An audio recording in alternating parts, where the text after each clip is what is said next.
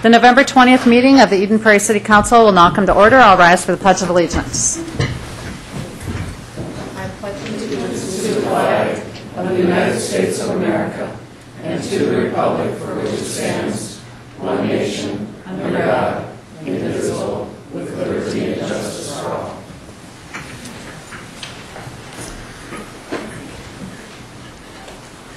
We have a very full council chamber tonight, and we also have a very full meeting. So I'm just going to quickly ask for people that are in the audience, if you haven't done it already, please turn off your cell phone or at least put the volume way down so that the meeting isn't interrupted.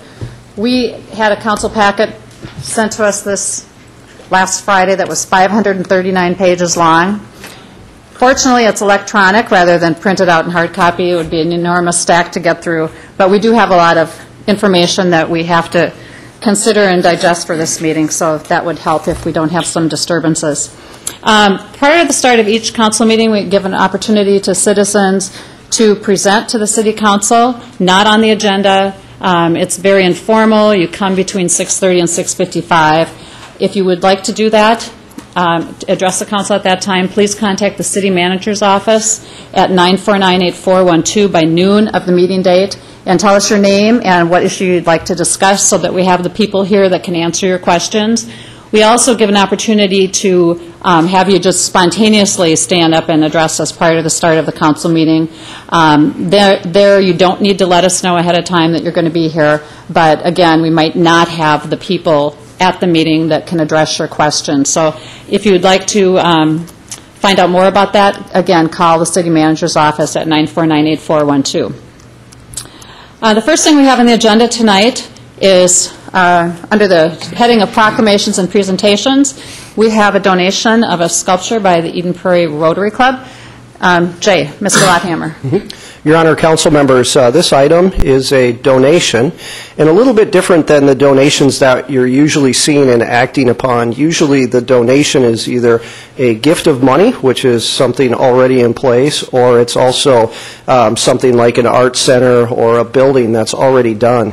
In this case, it is a sculpture or a piece of art that we certainly want to make sure that the City Council is comfortable with prior to it being commissioned.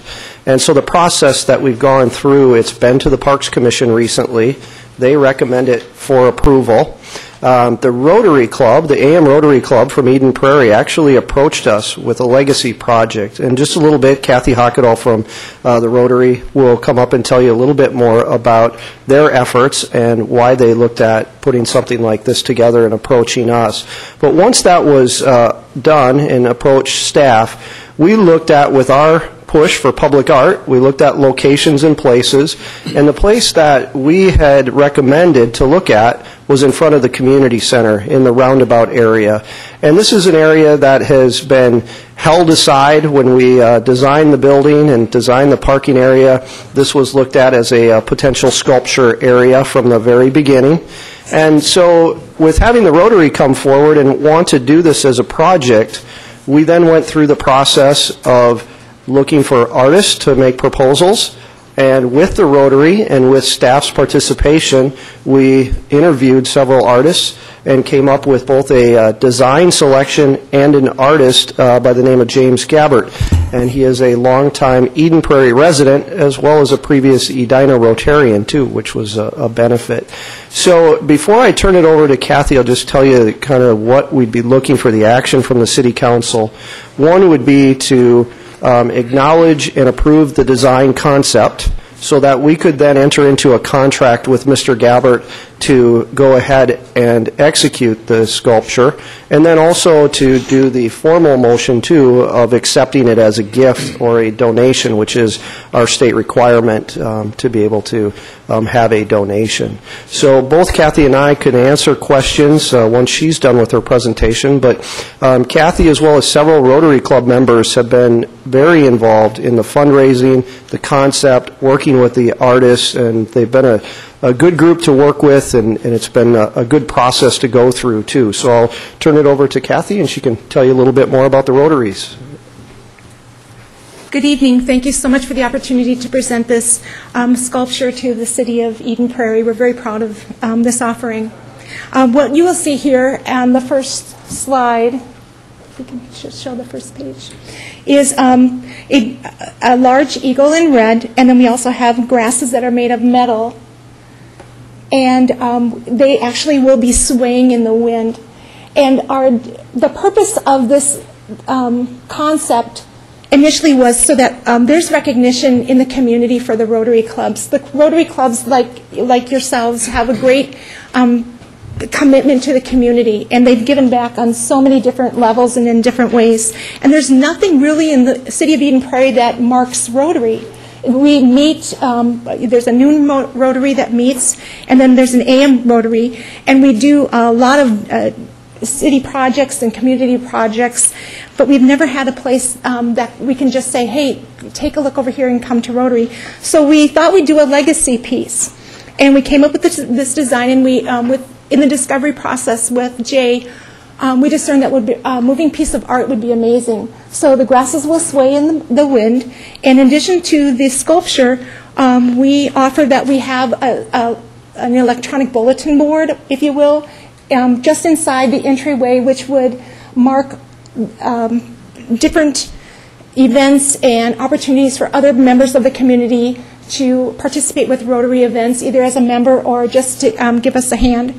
So I'm very excited about this opportunity, and I hope you'll give it consideration. Do you have any questions about the piece? It's a little bit hard to tell from the picture, but is the field of waving grass surrounded by water? No, there will be no water. Oh, no. okay, that's not water. Okay. No, it's not water. It has the illusion of it, and I do believe that the area is plumbed for watering, but there will be no water in it. Oh, okay. Okay. Any questions? I think this is a beautiful piece and a great addition to our community.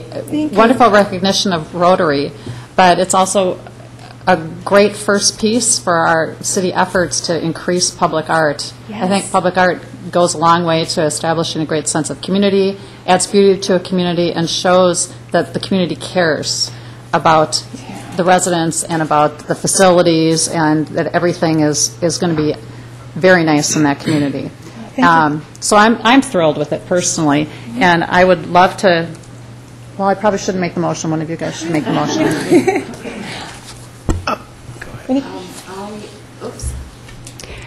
I move to adopt resolution to approve the design, accept the donation, and authorize the mayor and city manager to enter into an agreement with James Gabbert to commission the sculpture of the flying bird and grasses. Second.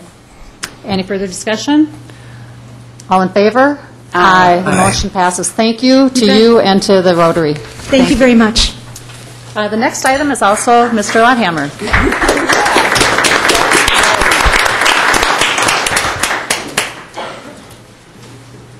Actually, Your Honor, I believe this Oh, I'm is sorry, Mr. Mr. Ellis. Ellis. Yes, you're right. I'm sorry. Thought Jay was trying to outdo me tonight. Tonight presents one of those opportunities where we get the honor of recognizing one of our own for what I consider a truly remarkable accomplishment. For those of you that don't know Andrew Sullivan, I can tell you he has been a real trailblazer, a pathfinder within the utility division for the past 20 years. But specifically what Andrew has done the past several months, and the reason that I'm here tonight, is something that's so unique and important to our industry that he has been recognized by multiple agencies at both the local, state, and national level. To share with you exactly what Andrew's been working with and why we're here tonight, I'd like to invite up members of the American Society of Civil Engineers, the current president, Mr. Steve Olson, and the past president, Mr. Don DeMars, and they'll share with you some of the details behind Andrew's accomplishments.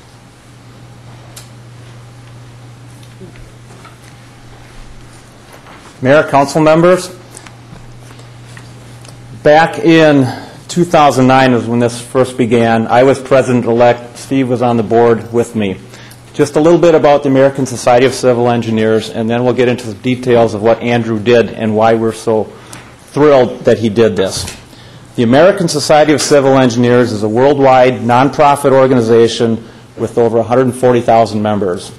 Locally in Minnesota, we represent more than 1,200 engineers that work in all levels of government, academia, and the private sector to design, construct, operate, and maintain our state's infrastructure. One of American Society of Civil Engineers' key responsibilities is to advocate for infrastructure stewardship to protect the public's health, safety, and improve our quality of life. As you know, public infrastructure is integral to our daily lives: roads, bridges, transit, the water we drink, the sewers that take our wastewater, the schools that educate our children, the parks we recreate at, and of course, the buildings that house government. The Liquid Assets documentary is an excellent educational film to inform our citizens about our drinking water, wastewater, and stormwater infrastructure. We must not take these or any of our infrastructure for granted. This documentary provides a good explanation of what our needs are in water and offers several success stories. From the beginning, this project was championed by Eden Prairie's own water treatment plant employee, Andrew Sullivan. During the fall of 2009, Andrew first contacted the American Society of Civil Engineers with this idea to promote Minnesota's water infrastructure through a documentary. Back then, his mission was simple: raise funds and build strong grassroots support for the project. He began this passion with much passion, and he carried that passion through to date, all the way through today. The project documentary was completed in the fall of 2009, and during that whole time frame, Andrew routinely encouraged us to fundraise, promote the project, and recruit volunteers. And I'll just simplistically go through some measures of how he did this and how successful he was at it. In the grassroots support and fundraising, probably the best measure of the success is that the fundraising goal was shattered. We had a goal of $30,000 to do a 30-minute documentary. We raised nearly $60,000 that allowed us to do an hour-long documentary. Robert has got DVDs here for each of you to see this if you haven't already witnessed it. In the grassroots support, he was able to get over 25 financial sponsors for the project and over 11 partnering organizations to help bring this project to reality. And he continues to promote the project verbally via the website, blogs, Facebook, and Twitter. So on behalf of the American Society of Civil Engineers, we are thrilled to present Andrew with this plaque recognizing his contribution to Minnesota's water infrastructure.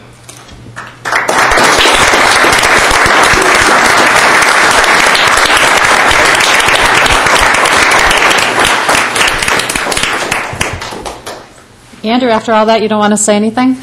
Oh, there's more. Oh, okay. There's more. This has been the gift that keeps on giving. If you haven't seen the video, it's an excellent video. You would think that it was really a Hollywood production. And the other thing I want to point out is Andrew did this mostly on his own time. This wasn't something that he did while an employee. He felt strongly enough about this that he took it upon himself to put this together, get the right people in the room, get the funding, do the editing, get the equipment. He did this on his own, and that's what really makes this so special. And that's also why we have the American Water Works Association here tonight, because they would also like to recognize Andrew. And so I'd invite up Mr. Bill Spain, Mr. Bert Tracy, and also Mr. Stu Thornley. They would like to recognize Andrew on behalf of their organization as well. Thank you, Mr. Ellis, and pleased to be here, Mayor and council members. I won't give you that whole story again anyway. I'll save a little of your time with a busy night, but just a little bit on the AWWA side. When Andrew, I think, first watched the 90-minute Liquid Assets video, it was a national publication that came out first. I'm fortunate enough to probably thank you. I teach a class of water operators at the Eden Prairie water plant. So I met Andrew in the hall that next day, and if you've met Andrew before, you can always tell when he's excited. But he came up to me and he says, "Man," he says, "you got to show your students this," you know. And he had a copy for me, and we actually watched it that day. But he was motivated from day one on that. So with because of that, then of course he took off and started with his Blueprint Minnesota, and kept us pretty much up to date on his entire fundraising progress, so I won't bring that back to you. So then as what we did as a board of Minnesota American Waterworks Association, which I should back up, we are a segment of the National American Waterworks Association, so there's 38 sections, 50,000 plus members in it, and Minnesota we're at about 1,100 members right now. So anyway, but at our annual conference in Duluth this year, we came up with the idea to have an Outstanding Leadership Award. And the Outstanding Leadership Award was a brand new award. And just to give you a little bit of our citation for that, it says the Minnesota section gives this award to an individual or group for exceptional services that demonstrate initiative and dedication to the drinking water profession. This past year, Andrew exemplified characteristics of outstanding leadership. He took an idea, formulated a plan, and created the momentum to bring the idea to action and reality. And then the rest was the TPT thing that you have heard.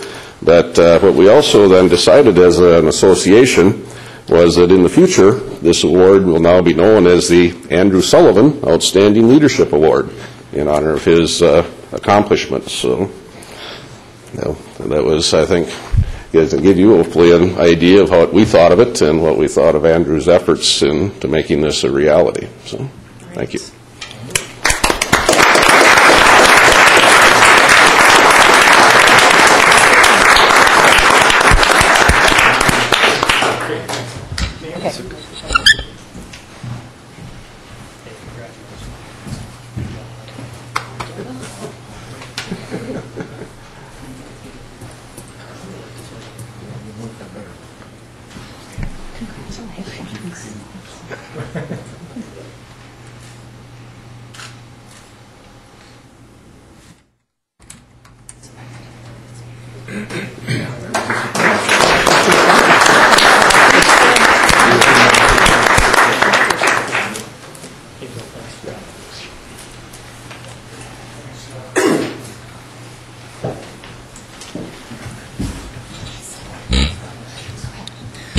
Yeah, I have had a chance to watch the Liquid Assets Minnesota, and it was excellent. And I must say we're very proud that you produced this, and it's really a good thing for Eden Prairie. And obviously you did this on your own, but still, I had to view it with great pride. So thank you. Thank you. Do you want to make a motion?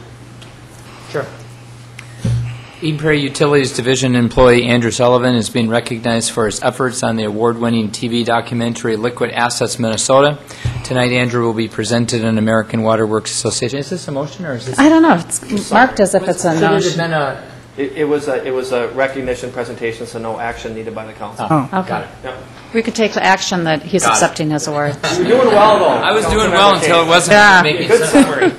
Well, this is just wonderful to be recognized so highly in your field, and the fact that this last award is being named after Andrew is a surprise to him, and it's certainly kind of like the epitome of anybody's career, that they get recognized in their field and an award like this is given in their name. So congratulations to you, and thank you to the two organizations that presented awards to Andrew for his efforts. And I'm looking forward to watching the film. Thank you.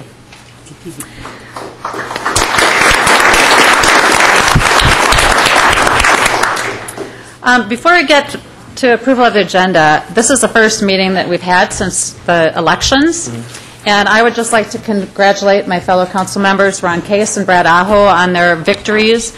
I'm just thrilled to have the opportunity to work with you again. You guys are great council members. Ron, you have brought such history to the council, not only your history, your knowledge of Old Eden Prairie, but also the historical perspective that you have, having been involved with the city since 1994, and really appreciate your efforts to always make sure that things are done wisely and fairly and for the long term. And Thank you. your great concern that you show for the residents. And as you leave education and go into business, I'm sure that you will continue to be strongly committed to this community, and I'm looking forward to it. And Brad, your background in engineering has been one of the greatest things to add to this council. The perspective that you have on anything to do with engineering or public works or technology has been wonderful, and the leadership you've taken on transportation issues, roads, LRT bus has been wonderful. I know there were times when your personal business was very stressful in your life and it was hard to make the commitment to the council, but you did, and I'm glad that you came back and ran again. And I really look forward to working with you two guys again. I'm not saying this politically or just to be polite. I sincerely enjoy working with you. So thank you. I'm glad you won. Is there a motion for approval of the agenda? So move. Second. Any items to add or any? Mayor, there are a few items to add just so we can get to a 600-page packet. We have 3 items, 2 of them all consent, 2 of them are related to the Bell Reef project. We were able to work out a development agreement, and we're able to bring that to you tonight, so that's a second reading and a consent item for that development project, as you know. And then also we have a service agreement we need to renew with Motorola for our 911 dispatch. And those are all add to consent? Yes. Okay. And I have one item to add under reports of council members, some more awards. Anybody else have anything to add? Okay. All in favor of the agenda as amended? Aye. Motion passes. Is there a motion for approval of the minutes from the City Council workshop held on Tuesday, October 16th, 2012? Move approval. Second. Any items to correct there? Sure. All in favor? Aye. Motion passes. Is there a motion for approval of the minutes from the City Council meeting held on that same date? Move approval. Second. Any items to correct? Hearing none, all in favor? Aye. Aye. Motion passes.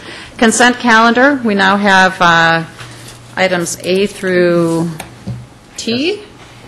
It's 2. We have 3? A through T. A through T. Yep. Is there a motion for approval on that? Move approval. Second. Any items to pull for discussion? Hearing none, all in favor? Aye. Motion passes, and it brings us to our first public hearing on adopting a drainage and utility easement vacation.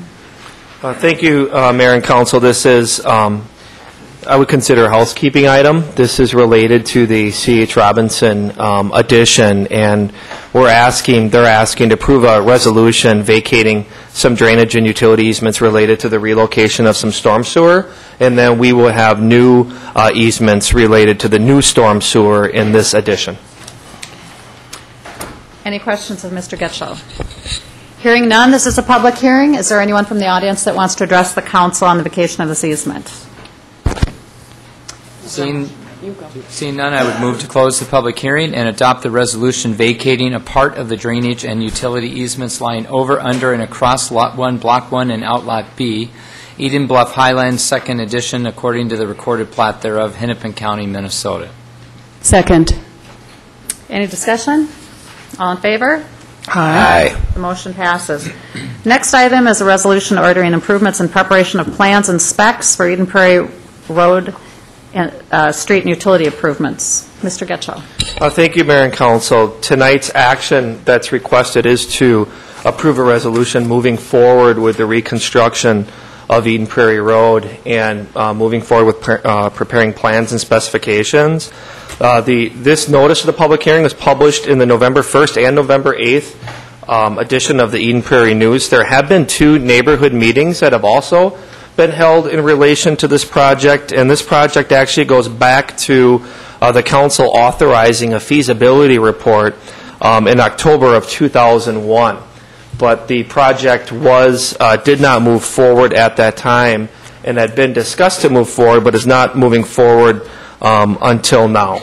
So we have a public hearing, we've had some neighborhood meetings, and our city engineer, Rod Rue, was here prior to the public hearing to provide an overview of the feasibility report that you have in your packet, which includes a discussion of the need for the improvement and how it would be funded. Okay. Thank you. Thank you, Mayor and council members. You may note I dropped off a couple things on your by your chair. One was a couple of the items that are in the report that are difficult to read that I printed out, as well as there's a email that we received on a comment from a resident that's also up there that will be part of the record. With that, the improvements that we're contemplating on Eden Prairie Road is basically street reconstruction of Eden Prairie Road, and I'll go a new creek crossing at Riley Creek, and drainage improvements, treatment pond, and some sewer and water improvements. This project has a long history, as Rick had mentioned. The City Council approved this, or ordered the preparation of the feasibility report and study back in 2001 without a petition. There's been, over those, since 2001, there's been several meetings with neighborhoods throughout the last 11 years or so. We've done some infrastructure planning out there. We've done some issues with Prospect Road as in the past regarding extension of that and EAW for that. And we also looked at some south connection options as far as that project. The important thing to note on the council action in 2001 was that it was without a petition, and what that means is with all further action on this project, it requires a 4/5 majority of the council. And in 2008, prior to the meetings we had just this last couple weeks, in 2008 we had a meeting with the neighborhood, and there were some issues that were brought up at that time, and concerns. Some of them which were deferring the construction and assessments of this project until after, until the demand for housing and the returned, because obviously 2008 was kind of the start of the decline in the economy. The neighborhood talked about having Prospect Road completed before Eden Prairie Road improvements occurred so that we could manage traffic. There was also discussion about the need for trails and sidewalks, which we'll address in a minute here. Evaluation of benefiting units. With this project, we actually have used actual units in some of the developments, but there's also several developments, or several areas that are undeveloped that we used a density of 2 units per acre throughout. At that time, they also supported some early design efforts, which we have undertaken. We had a contract with a consultant that we've done some work by the creek. We've actually got it designed, and we've actually been talking to some of the permitting agencies to get some of those issues addressed. And then just recently, in November, we've had a couple meetings with the residents regarding the feasibility report. And some of the comments that we've received in that is an interest to kind of really know the details of the project, which will be forthcoming as we develop the layout and plans. They were concerned about the traffic, safety, and construction issues of stuff that's going on now, as well as how we're going to deal with the construction of Eden Prairie Road. They felt that the neighborhood was subsidizing MAC and the city, and were requesting that the city provide a larger share of the project. Right now, I guess I'll get into it a little bit, but regarding the sections of the road. They also wanted some input on the south improvements, which at this point they prefer to have a connection down to Flying Cloud Drive rather than a cul-de-sac. That's a little different than what it was in 2008. And then they were concerned about the trail and park access again. Now, and also recently we've had some developments in the area. With the ridge at Riley Creek a few years ago, the Toll Brothers Eden Prairie Woods project, the meadows at Riley Creek, and there's a few other small ones that have occurred. And then the last thing, as part of the project history, in 2010, the City Council, December of 2010, the City Council approved an agreement with MAC that they would pay their fair share of these Eden Prairie Road improvements when they occurred. So with that, we'll move kind of forward into what's the actual improvements. This project is from Eden Prairie Road, basically goes from north of Riley Creek south to Flying Cloud Drive. That section is that roadway is all unimproved at this point. We've broken it into 3 segments, if you will, as far as improvements. The north section is from the north of Riley Creek to about Prospect Road, north of Prospect Road slightly. And the center section is from that area north of Prospect Road down to kind of the top of where it starts to go down the hill, just on the south side of Provost's property, parcel 22 on the map. And then the south section is the part that goes from that point south down to Flying Cloud Drive, which is the steep and curvy part of Eden Prairie Road. And at this point, we're only proposing to improve the north and central sections of that roadway. The south section, we're proposing recommending that we deal with that at a later date. The proposed improvements for this section of street, the north and central section, is a 32-foot wide roadway with curb and gutter, 8-foot trail on the west side, with also a 5-foot sidewalk on the east side. That's part of the requirements of Toll Brothers development, and that's strictly at their cost.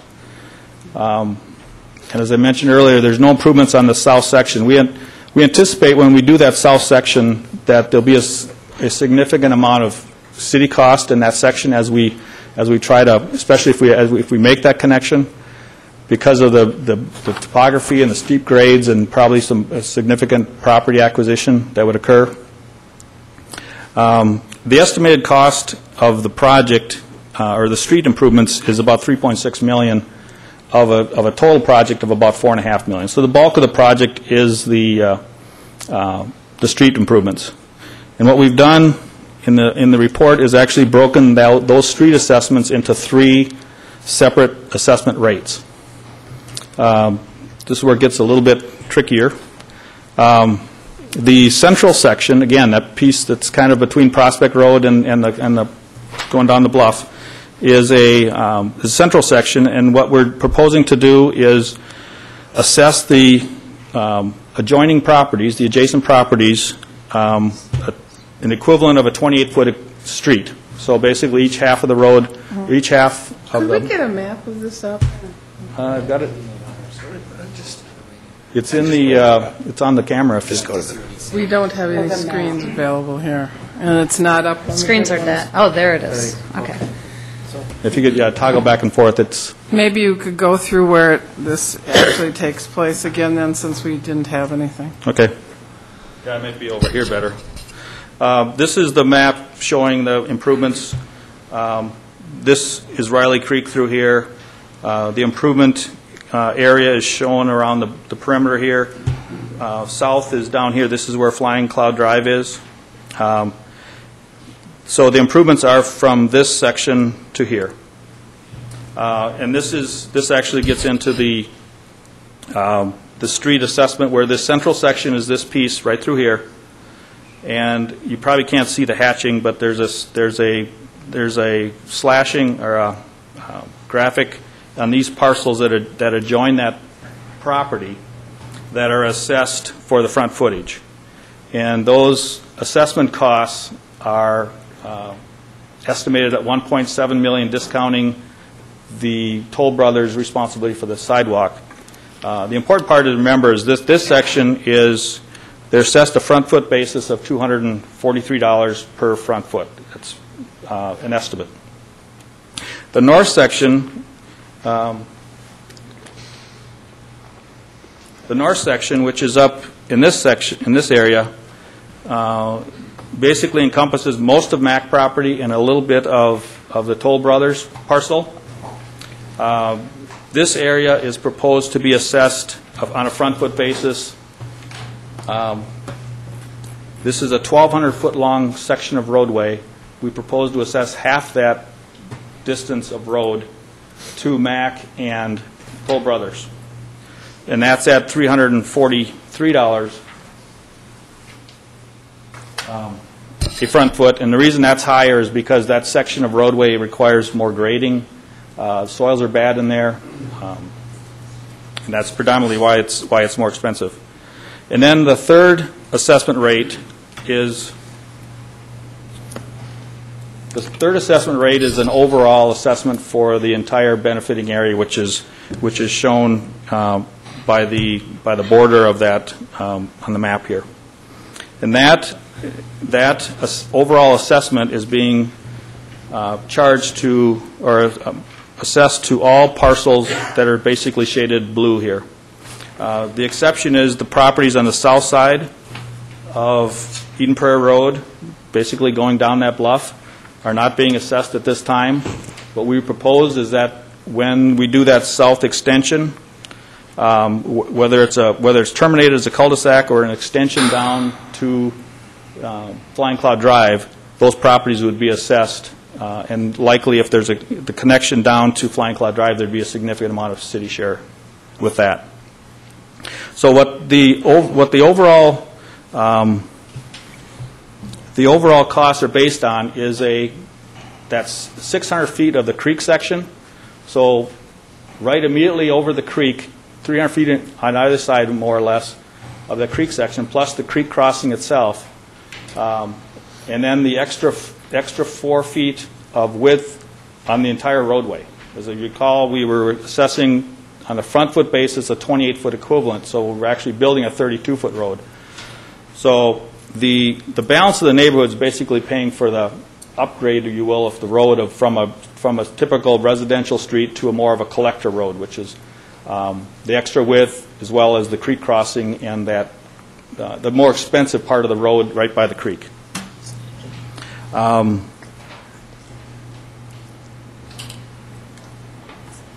We just got that up. The other thing to note on the assessments is MAC's assessment or MAC's portion of the street improvements is estimated to be about $573 million or so, or $573,000, of which we will carry the city will have to carry those costs until we have another agreement with MAC to determine what the time frame of that reimbursement will be. Moving along to the drainage, it gets a little simpler on the next couple.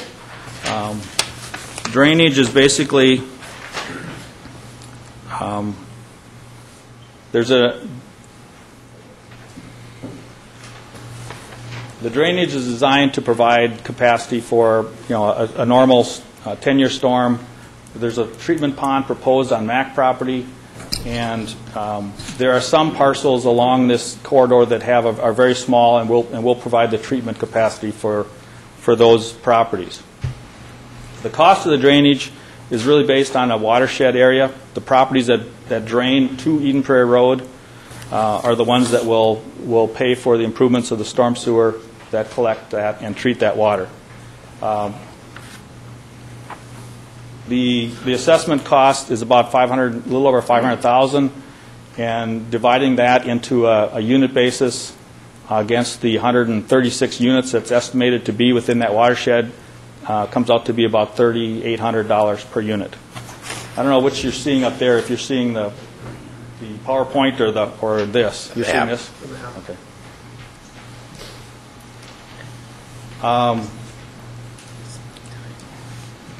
So back on this is the area the shaded area is what's being proposed to be assessed for the drainage improvements.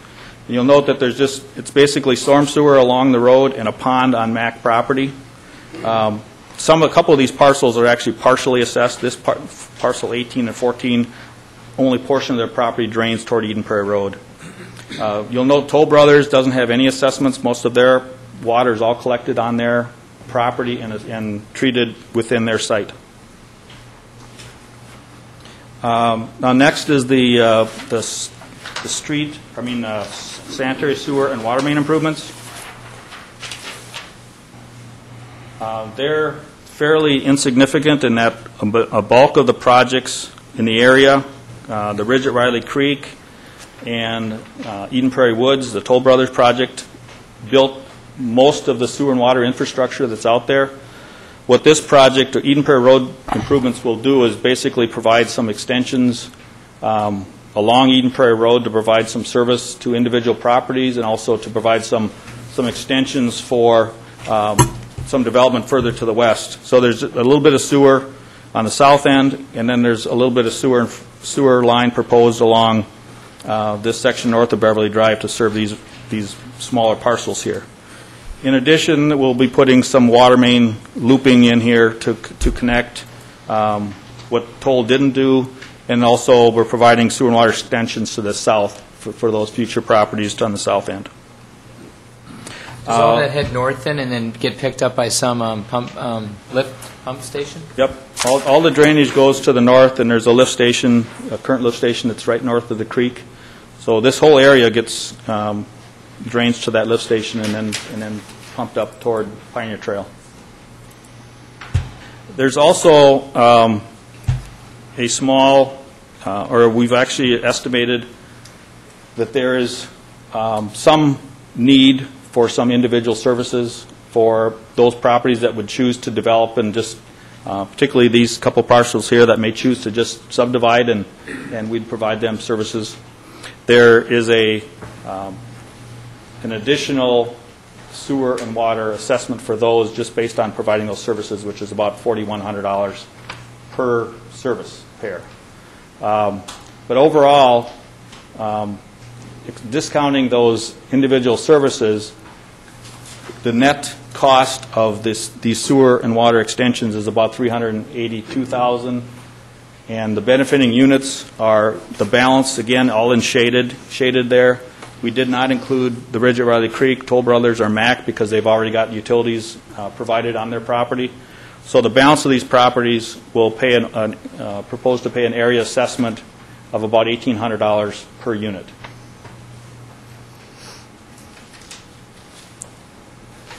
And that shows that.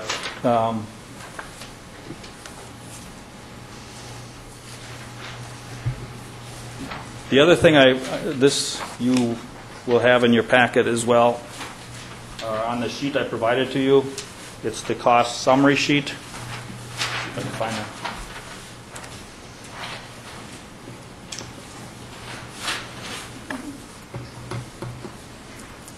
This is the overall cost of the project. You will note that the construction costs are broken up by sewer or street, storm drainage, and utilities. The total construction is estimated about $3.3 million. Engineering is about $820,000. There's a 9% administration fee that for the city. We normally charge 5% for private developments. When we do an assessment project for the city, we charge an additional 4% to 9%. And then there's capitalized interest estimated at $164. So the total project cost estimated is $4.55 million.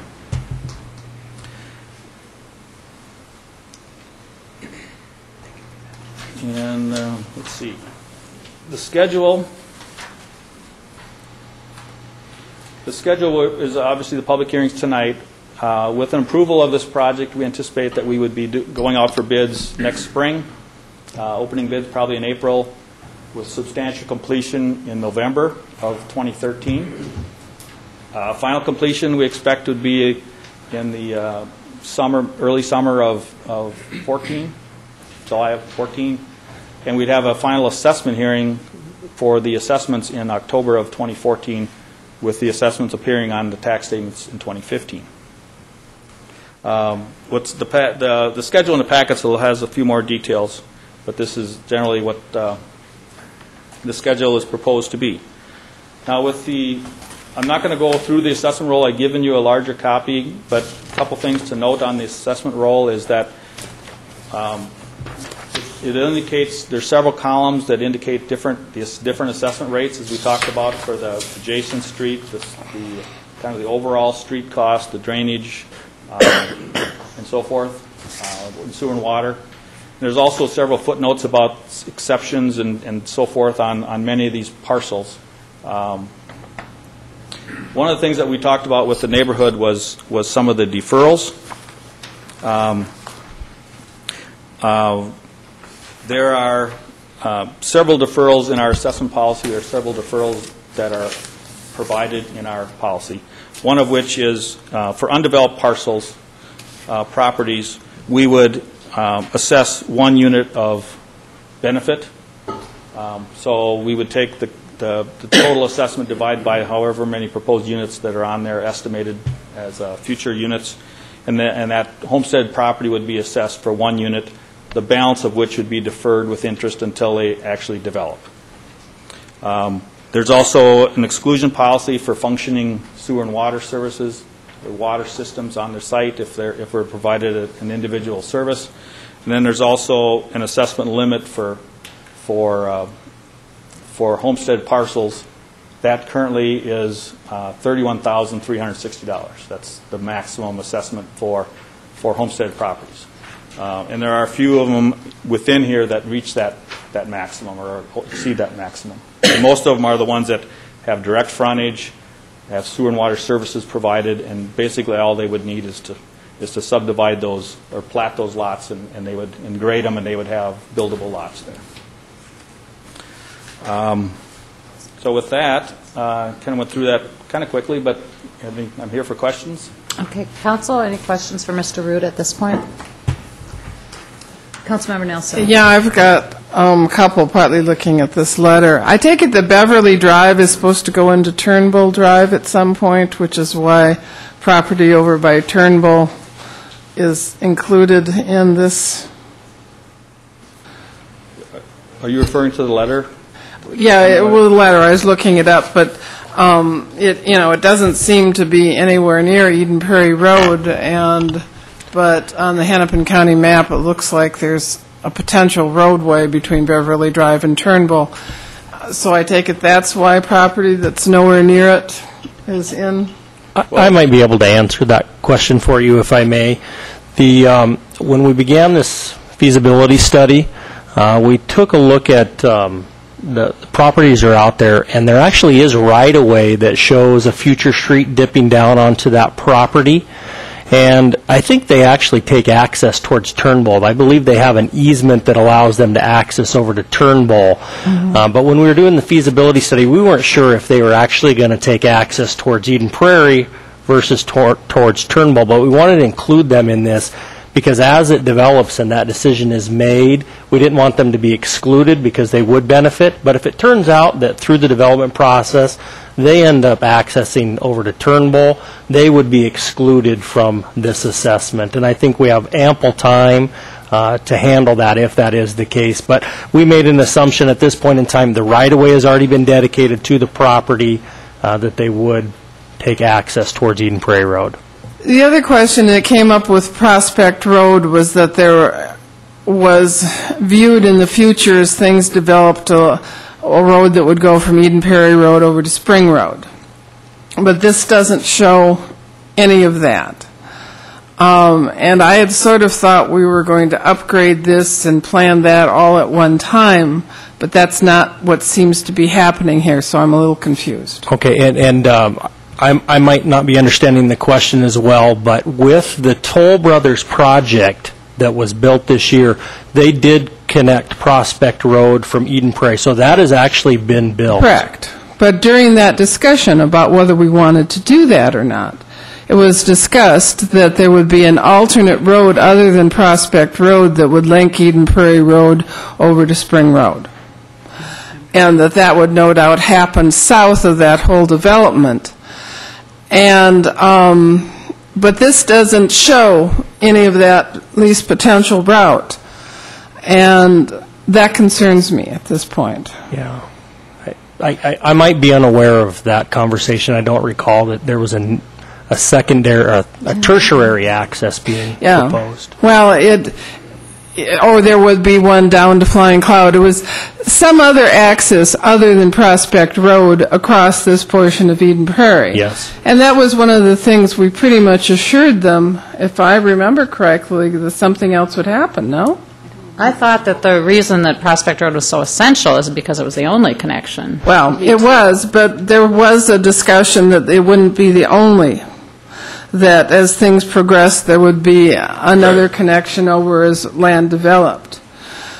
And so, like I say, I was a little surprised that I didn't see anything along here for that. And maybe it's too soon, you're not doing where it twists and turns and things. Right, well, part of the, if I may, what I think you're recalling is when we did the EAW and some of the analysis for Prospect Road, we looked at alternatives for Eden Prairie Road on the south end. We had 5 or 6 different alternatives on how to make the connection from here down to here, and they went to the east, they went to the west, they went many different alignments, and all had varying amounts of cost and right-of-way acquisition.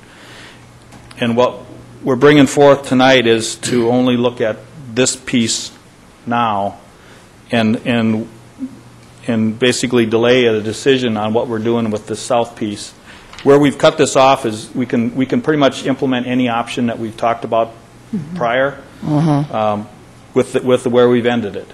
So it's kind of at that point where, because that's a much more complicated and expensive proposition to go down that hill with varying different options. And this portion from here to the north is more straightforward, and we didn't want to confuse and delay this project because there is obviously developments that have occurred out there, and there seems to be a need. There's the market is coming back. The developments have occurred out there, and there seems to be a desire for the need for this road sooner rather than delaying it until we figure out what we're doing on the south. Now, that's obviously your decision if you want to change that. Councilmember Aho. I have some questions regarding the modeling that you used for the assessments. Is this a change, this modeling that you presented to us tonight, is this a change from past methods of modeling for assessments? In other words, were we modeling before on the number of feet or footage or frontage on a particular roadway to determine what the assessment is? And now are we doing it differently where we're modeling on frontage foot and then also per unit? Well, there was the draft that was done. It was a very preliminary draft report that was done in the early 2000s, shortly after the council ordered the report in 2001. And that report looked at doing a unit assessment for the whole, basically the cost of this improvements being spread over the entire area on a unit basis, so that everyone would pay for the same amount of units, or based on the number of units they have on their parcel. As we began to look at that, it didn't seem to be fair to some of the parcels, particularly in the back, that they're paying for an equal share of the road down here as the people that front it. So what we began to look at is a bit of a hybrid in that some portions of the cost should be spread over the entire area, which is the extra width, go from a 28-foot street to a 32-foot street, and then we kind of arbitrarily picked that 600 feet within the creek area as a overall cost. Now that obviously you can do it many different ways on what is considered to be a neighborhood benefit versus an individual benefit, but the properties along here are basically paying for the half of the road in front of their property. Half of a 28-foot road, a 14-foot road in front of their property. And so that was the methodology we had looked at to be a little bit more fair. It puts a little more burden on these properties and a little less here. But if you do it the other way, it probably benefits these properties more, because these properties are going to have further assessments in the future as well. Some of these properties here will not have, especially the smallest ones, will not have these here, for example. Now, some of these others that are kind of skinnier and longer, they're going to have a road that's probably internal, and they're going to have some additional costs too. So some of those would probably be tweaked at some point, because it's not necessarily fair to assess them for all of one street and all of another street. Our policy deals with corner lots in that they pay for one side and then a much smaller percentage of another side. So we haven't applied that because we were basically going with the units and front foot, but we would make some adjustments in that to kind of look at that a smaller portion of one of the streets or the other. And it depends on what they do as far as if they get approval to do a side street, or are they going to share it with a neighbor, and so forth. Because each of these, as we or the developers build Beverly Drive, these properties are going to be paying for their share of Beverly Drive as well, and the internal streets that would be within their 5-acre or 10-acre parcels. So there's going to be further costs for some of these properties back here where they may not have as much here. So I don't know if that answered your question, but we kind of came up with a hybrid. Councilmember Case. Before I go through a question or two, just to make sure that I understand, or make sure that everyone understands, tonight it's my understanding that we're not dealing with the way that we're going to fund this, but we're deciding tonight whether to proceed, which obviously is connected to funding, but whether we should proceed with the preliminary study to redo this road. And I think everyone who's ever driven that in the world would agree we're going to rebuild this road.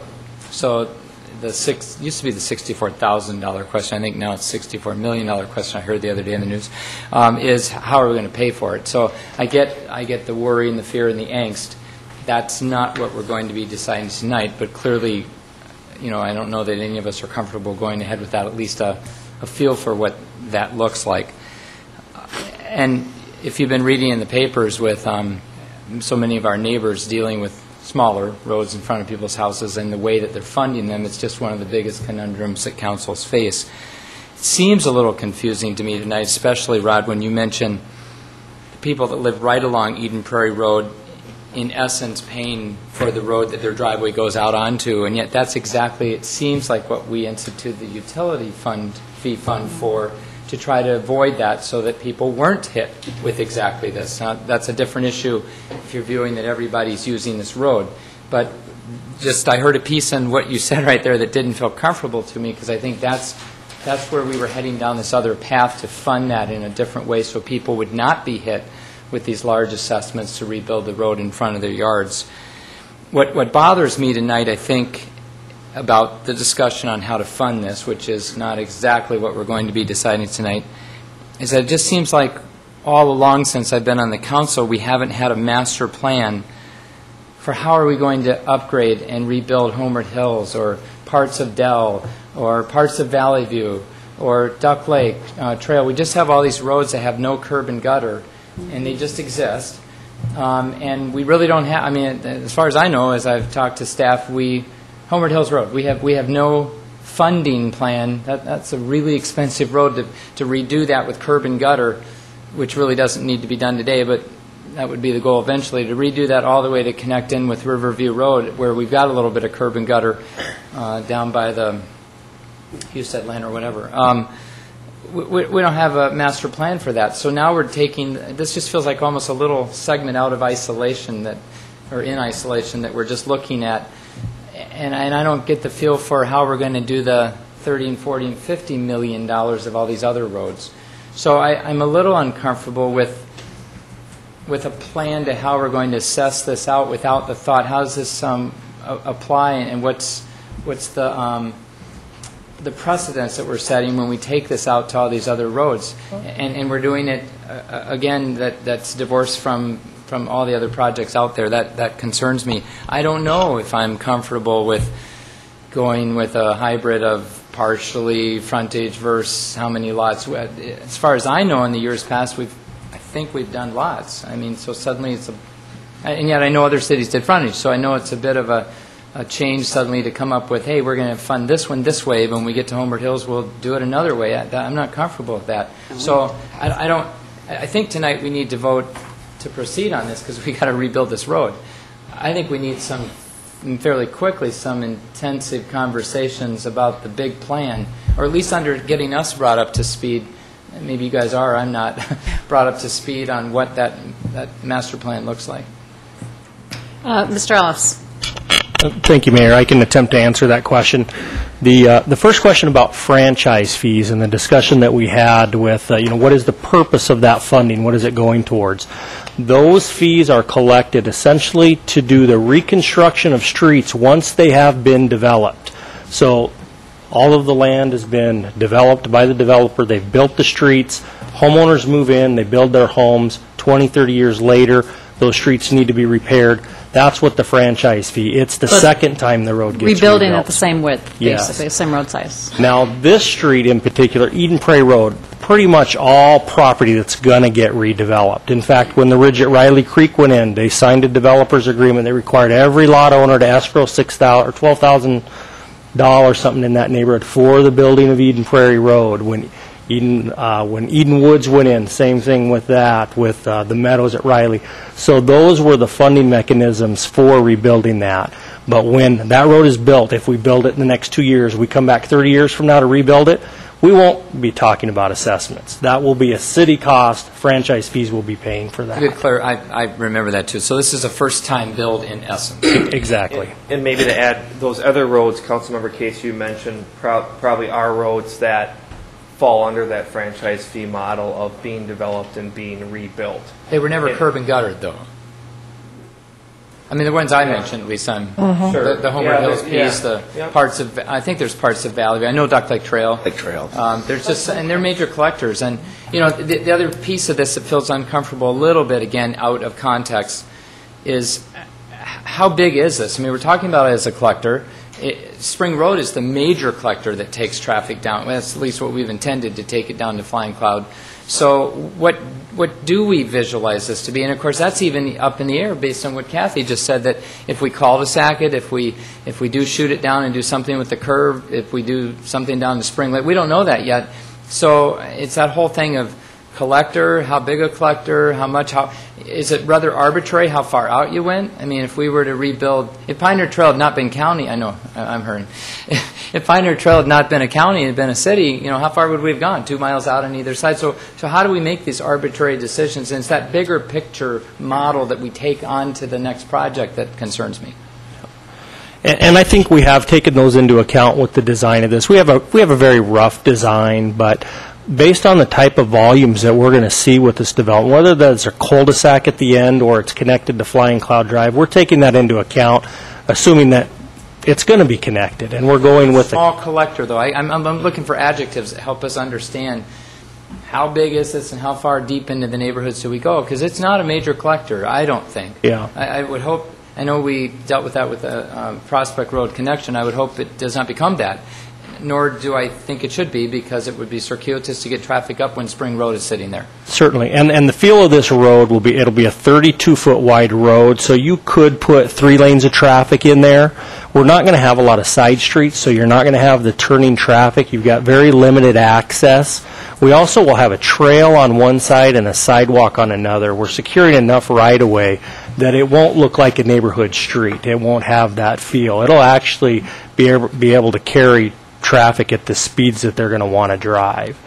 And with respect to the question about, do we cul-de-sac the road, do we extend it down to Flying Cloud, where do we extend it if we go down to Flying Cloud, that's a decision that we don't have the information to make today, that we will. We're going to take a very in-depth look, a traffic analysis. We're going to meet with the neighborhood to formulate what the answer to that question is. Now, if the decision is made that it's a cul-de-sac, the road that we're building today will allow for that to happen.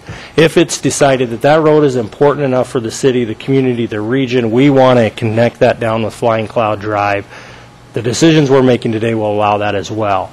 And the comment that we get is, what's the city's skin in this game? Why isn't the city putting money into this road? If that road is connected to Flying Cloud, I see that as largely a city cost, and we've predicted that that will be anywhere from $1 million to north of $2 million to make that connection, and most of that I see being a city cost. So that would be the community's support of that project, or the city's skin in that game. If it's cul-de-sac, it really is a neighborhood street. It's only serving that neighborhood, and therefore the city shouldn't have any skin in the game, because there is no regional benefit. It's serving just that neighborhood. And so that has been our philosophy in this assessment, that we'll make that decision at a later date, and the public will have their opportunity to express their feelings. We'll do the traffic analysis, and if it's decided that's a regional road we need, the city is going to be there to pay for a large portion of that project. Qualify for state aid if we connect it? State aid would be available, yes. All right, anything else, Council? Okay, again, this is a public hearing, so if you want to address the council, you may. Just want to reiterate what Councilmember Case said. We are not making a decision on how the assessments are allocated tonight. We're just making a determination as to whether or not we're going to go ahead with getting this road built. The final decision on assessments doesn't have to be made until October 2014. Is that correct? But it is helpful to hear your thoughts and some of your concerns with the assessment, so that is part of the public record. So if you want to come up to the podium, give your name and your address for the record, please. Good evening to the council members. My name is Maria Elena Moreno. I live on 9767 Sky Lane in Eden Prairie at the Woods of Riley Creek. I want to congratulate the council members on the re-election. I'm sure you're going to serve as well as you have so far. I am representing the Woods of Riley Creek, which is Sky Lane, Stratus Court, a few on Beverly Drive, and a few neighbors on Eden Prairie Road. Unfortunately, I do come with several concerns from these neighborhoods, from these neighbors. We have all been to the neighborhood meetings, and we must say we are very disappointed. I'm bringing general concerns to you, and I am really hoping that this council will hear us tonight. We are here, and I'm representing them all. When we attended this meeting, we had the feeling, as Councilmember Kay said, that there is really no planning. We're putting the cart before the horse here.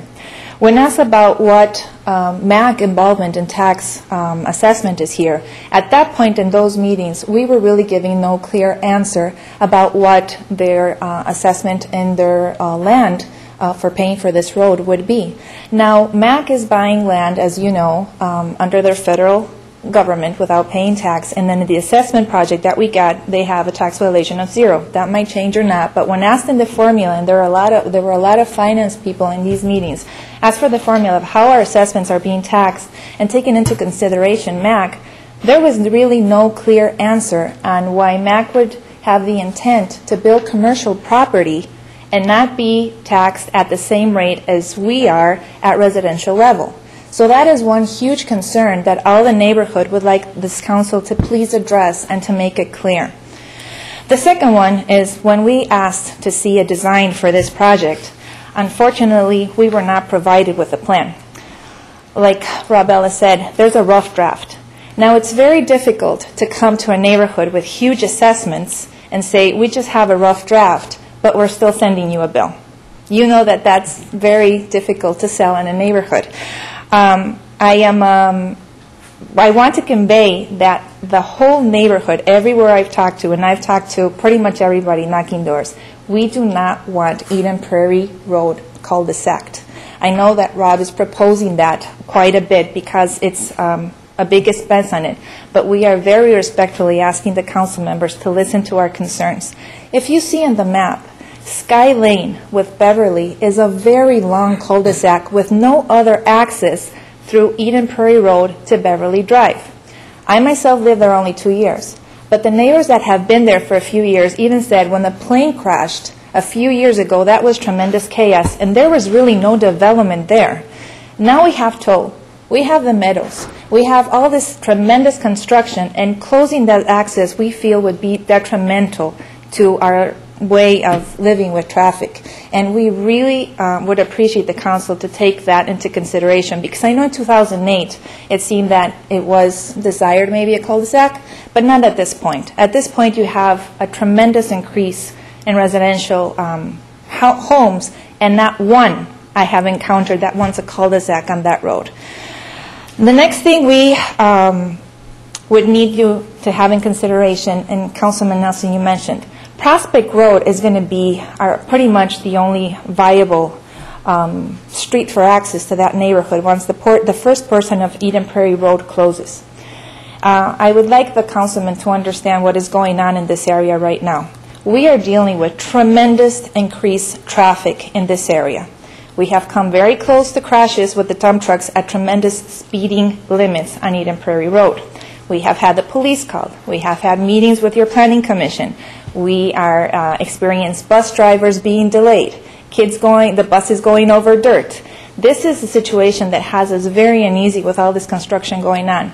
Sending us only through Prospect Road and Eden Prairie, you know, with the huge slopes that we have there, and Prospect has, I think, a 10% slope, will also pose difficulty into the traffic, and we need the city to please to take into account this when the road is closed. Now, by this understand, we do want the road to be improved and expanded and have the trails and all this, but we do need the council and the planning commission to take into account construction and traffic for safety and all. We're asking that at Prospect Road at some point have speeding limits, the police, maybe no parking signs on it while Eden Prairie Road is closed, anything that can make it, you know, a safe environment to drive. Another issue that we had discussed in the neighborhood meeting that had no answer at that point was that Parks and Recreation at some point was thinking to have some type of soccer fields or just, you know, some type of parks for that area. but it didn't really evolve.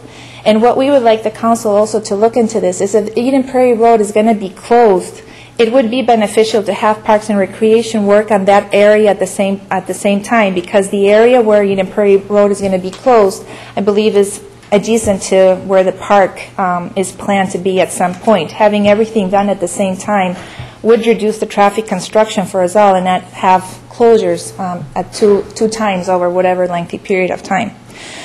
Something that is also troubling us quite a bit is for the Planning Commission to determine who's going to be responsible for wear and tear of these roads. Again, the traffic, the dump trucks, the trailers, the utilities, they're all possessing a big burden on our roads, and we do not wish to get assessed or billed at a future date because the roads are in detrimental condition due to the builders using it. We feel the builders must be liable for this.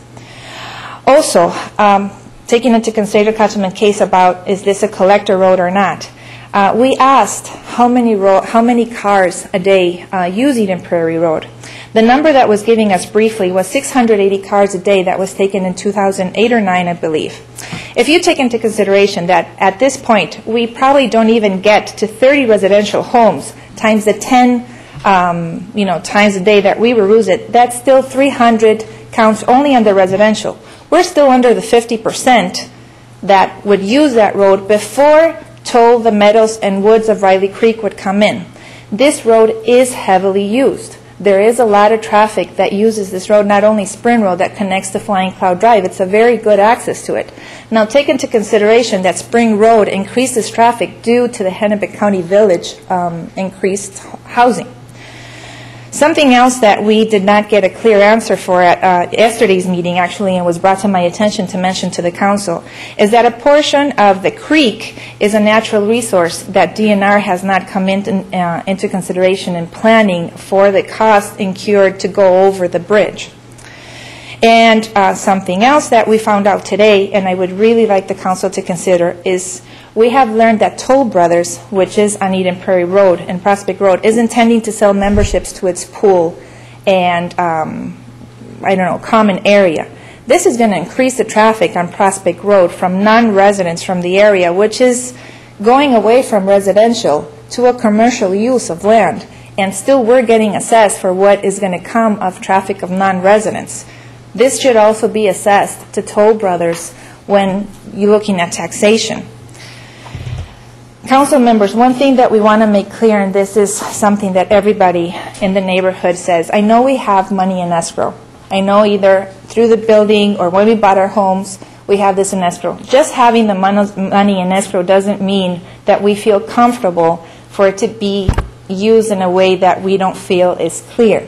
We all want the road expansion and improvement, but we do think that the Planning Commission needs to go back and make this clear, take into consideration everything we have said. The living situation in this area is not good. We're having a lot of frustration in a lot of situations. Just today I met with the Planning Commission and the Chief of Police, who has assured us that we can keep calling them for all the infractions that are going on, for all the problems that we're having as a neighborhood, and we're very respectfully asking this council to take into consideration everything I've told you tonight. Thank you. Thank you, Ms. Moreno. Could somebody from the staff address that Metropolitan Airport Commission issue, the first one that she brought up? The MAC, their share? Okay, can you hear me? Am I on? I'll try to address that. If you look at the sheet that was handed out, you notice that MAC has a number of parcels. We've calculated that they could actually put 24 units on the property that they own, and as a result of that, they would be responsible for about $570,000 worth of Eden Prairie Road. And if you look at the cost per unit, that is actually much higher than what the average would be across the entire area. So I think that they are, or they will be, paying their fair share. Perhaps where the confusion lies is that we don't, as a municipality, have the authority to impose an assessment on MAC. We can do that through an agreement, if they choose to enter into that. And they've entered into a preliminary agreement with us that says they'll pay their fair share of Eden Prairie Road, but it didn't have a dollar amount. So we'll need to follow up with MAC again at the conclusion of this project and say, we believe that fair share is $570,000. Whether or not they enter into that agreement is something I can't say today, but that's where we're at, is they have committed to their fair share. Okay. Yeah, I think Ms. Moreno brought up some good points, but I did want to clarify, a statement was made of we're still sending you a bill based upon a rough draft. You're not getting sent a bill now. The whole process that we're going through now is a rough assessment of what the estimated costs are and how possibly it could get allocated, just so we can get to the point as a council where we can move forward and say, yes, let's go ahead with this project. If we went through all of the expense and time of getting detailed information on exactly how this is going to be built, that might be a huge cost, and then if the council decides not to go ahead with the project, then we've wasted all this money. So this is all done on the basis of estimates. So you're not getting a bill based on this. We will have more detailed information, and in fact, by the time we take action in 2014, we'll know exactly how much it cost. Could something be addressed about the point she brought up about construction traffic and coordination with construction of this road and the possibility of no parking on Prospect Road so that things are safer? It sounds like there's a lot of safety issues that might exist because of the fact that the road is being constructed as well as housing construction. Your Honor and members of the council, we have, throughout the years as we've had neighborhood meetings, that was one of the key issues was to get Prospect Road built before we would build Eden Prairie Road, and that's been the comment for at least the last 10 years. And so with Prospect Road now being completed, this is obviously good timing for this to happen as well. But one of the things we haven't looked into detail on how to do it, but one of the things we anticipated was when we build this creek crossing, obviously we're going to have to close the road to build the creek crossing, and it's probably a 3-month closure in the area by the creek, which is over here. And at that point, the traffic in this neighborhood would be routed onto Prospect Road. Now, the timing of that, it could occur probably in the summer or fall, and depending on when we're proposing to bid this project in the spring, and we may not be able to, because of some of the DNR regulations and so forth on disturbing that creek in the spring, we may have to wait till summer. So there's a possibility that we may not start with this project, but we may be able to build a piece in the middle here because there's not nearly as much grading. We could probably maintain traffic through this section and leave this open until later in the summer, and then close that off, and we'd have this done and this done. So it's a matter of, we know we're going to have to close Eden Prairie Road by the creek at some point and route those people, the traffic in the neighborhood, on Prospect Road. At this point, we don't know much more than we'll have to flip-flop and do one half at a time from north and south of Prospect Road. Okay, another question that was brought up was wear and tear on the roads from the construction traffic that's going through with Toll Brothers and other builders that are there. And I remember bringing that up when we talked about Prospect Road. Could you address that? Well, that's kind of inherent to an area that's developing, and throughout Eden Prairie over the years, it's happened everywhere, if you will. As development happens, sometimes the roads get built first. Dell Road may be an example. We built Dell Road north of Pioneer Trail. That was the first road that was there, and then all the developments occurred off of that. Like the Pioneer Trails or the county roads in the city, a lot of times lag some of the developments. A lot of the development's done, and then they come in and build the road because the demand isn't there before. But it's fairly common to deal with construction traffic during the construction of the road, as well as after that construction of the houses that occupy the developments. So the road structure is designed to accommodate the loads.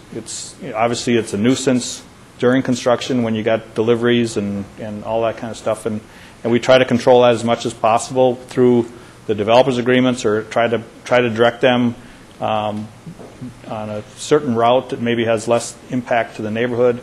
As you may recall, when the Ridge of Riley Creek was built, we utilized that MAC road to provide construction access rather than route them through Beverly Drive. Well, this area, as this area develops further to the west, that option isn't really available anymore. And as more of these properties to the west develop, they're obviously going to have to use Beverly Drive or some other road. If Prospect gets extended, they're going to have to come in and out of that. That's the only way they can, and we're just going to have to deal with that on a watch basis and make sure that they're obeying the laws and as far as speeding and so forth. But it's going to happen because of either the road construction or house construction as you proceed, and we just try to deal with it the best we can with the situations as they arise. Thank you. Is there anyone from the audience that would like to also address the council?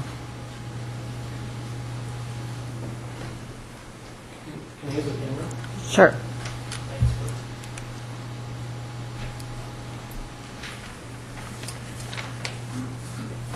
Mayor and council members, my name is Dan Blake. I represent Pentom Land Company today. Just wanted to quickly, I sent you a letter. I wanted to kind of quickly look at a couple of parcels to kind of expound on what Rod mentioned, that some of the smaller parcels adjacent to Eden Prairie Road might be being treated unfairly. And I keep hearing, well, we're not talking about exactly how it gets assessed today, but I don't exactly believe that, because we're cementing that and moving along, a long way into that direction today. So I'm just going to demonstrate a couple of parcels that we have that have gone through the city process, and just kind of talk about it. Can we zoom in or zoom out on this one a little bit? So this is the William Small property. Corner of Eden Prairie Road and Beverly Drive. Preliminary plat was approved here a few years back in anticipation of sewer and water getting here eventually. We intend to wait until Eden Prairie Road is done, thinking that's probably a better market window to bring some new houses in here. But this is an example where, normal interior streets, of course that's a developer. In this case, we got 500 feet of Beverly Drive that is kind of a neighborhood collector. City has asked us to pay for both sides of that improvement. And then we got Eden Prairie Road. And the current proposal is asking us to pay for a front footage share of that in addition to the per unit share. It seems like a lot of collector roads for this property just because of where it happens to sit. I got a parcel right here on Beverly Drive, adjacent to us, or across the street. Under the current assessment proposal, our lots, say this one right here, is proposed to be assessed a little bit over twice per unit what a lot right there or right there would be, just because those parcels don't happen to have adjacency to Eden Prairie Road. I would argue that the adjacency to Eden Prairie Road is a detriment to these lots. They have double frontage, they back up to Eden Prairie Road. It's not a benefit that I should be charged extra towards. So when this was approved, there was a draft developers agreement done, and that was never signed, so it's kind of nothing. But at that time, the proposed assessment was in the neighborhood of $16,000 per unit. The current proposal is a little over $20,000 per unit with the different formulas. So that's one piece. Another one, number 23 on your map, right here at the end of where Prospect Road would extend, is just this little parcel. All this is irrelevant. It's the Toll Brothers stuff, but there's a little acre-and-a-half parcel here that, because of the way Prospect Road was designed, the extension of Prospect Road probably all the way to Sky Lane, or it's unclear exactly how that'll go, but falls 100% on this property. So the right-of-way dedication, as well as the construction cost for Prospect Road, fall 100% of the burden on this little 1.5 acre parcel. So in addition to that, so we got double the normal amount of improvement costs. In addition to that, is being proposed about a $91,000 assessment for Eden Prairie Road. Again, getting hit heavily for this adjacency, even though there's no real adjacent benefit. I'd argue that the next lot in doesn't benefit any more or less. Really, I think a per unit is the fair way to do this assessment, which is what was started in place. I realize things change, and staff's just trying to figure out what's the fairest way. I think that the nature of this hybrid is that anything that happens to be somewhat small and adjacent to the road is getting hit really hard. So these are about $31,000 a piece. The interior lots, say on Sky Lane, are proposed at about a little over $6,000 a piece. Everybody is going to use the Eden Prairie Road the exact same amount. There's no other choice but to come back out to Eden Prairie Road. So is this worth? Are these lots? Do they get 5 times benefit? I'd argue not. So thank you for your consideration. I can answer any question that you might have. Thank you. That's helpful to see. Mr. Rue, could you show us a situation where it made sense to bring in the frontage distance? Because I can kind of agree with him. I don't think this seems real fair. Yeah, Dan pointed out 2 of the examples that are on the extreme side, and as mentioned earlier, those are some of the tweaks that we would probably look at. Is because of our policy, we would probably, I think, on a corner lot, we assess one length on one side and 15% of the other length. Usually, you take the narrow side and then you reduce the long side on the corner lot. So those haven't been taken into account, but those would be some of the tweaks that we would look at. But an example is if you look at parcels. Put that so north is to the top. Does that help? Okay, this is for parcels 9 and 10. These are small parcels.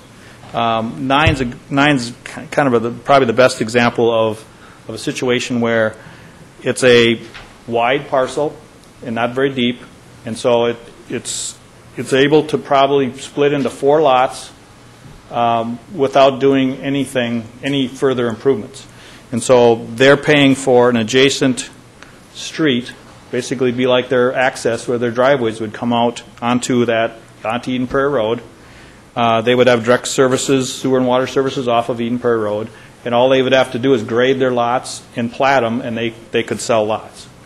And I think their assessment's probably in that mid-30 range, probably a little over the maximum.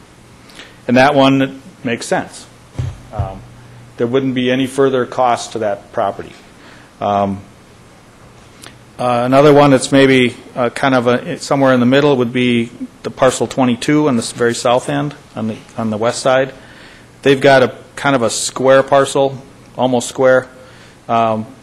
They've got quite a bit of frontage here on Eden Prairie Road, but they've got quite a bit of acreage as well. And I think I don't recall what their cost per unit was, but it's probably in the mid to high teens range. But they would still have further improvements to do internally to extend a road into their development. So there's examples you can point at that are fairly fair, and then there's a few exceptions to the ones that are kind of abnormal, and that's because of you got different shaped parcels. Some are narrow, some are wide frontages. If you look at Toll Brothers parcel, they pretty much consume the entire east side of Eden Prairie Road.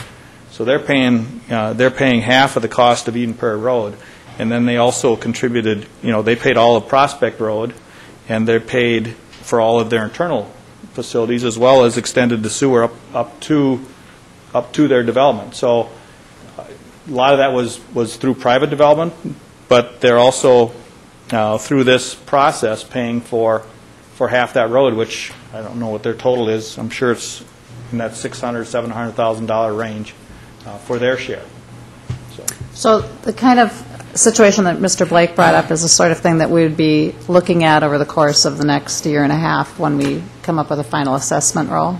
Yeah, I mean, we'd like some. If you want us to do that, we certainly would. We could bring at that final assessment hearing. We could bring back a unit assessment, and we could bring back something like this that's tweaked or whatever, and it would be something to look at. You could look at two possibilities and how best it works. I mean, we can certainly do that. And, okay. But there will be what really happens is it takes some of the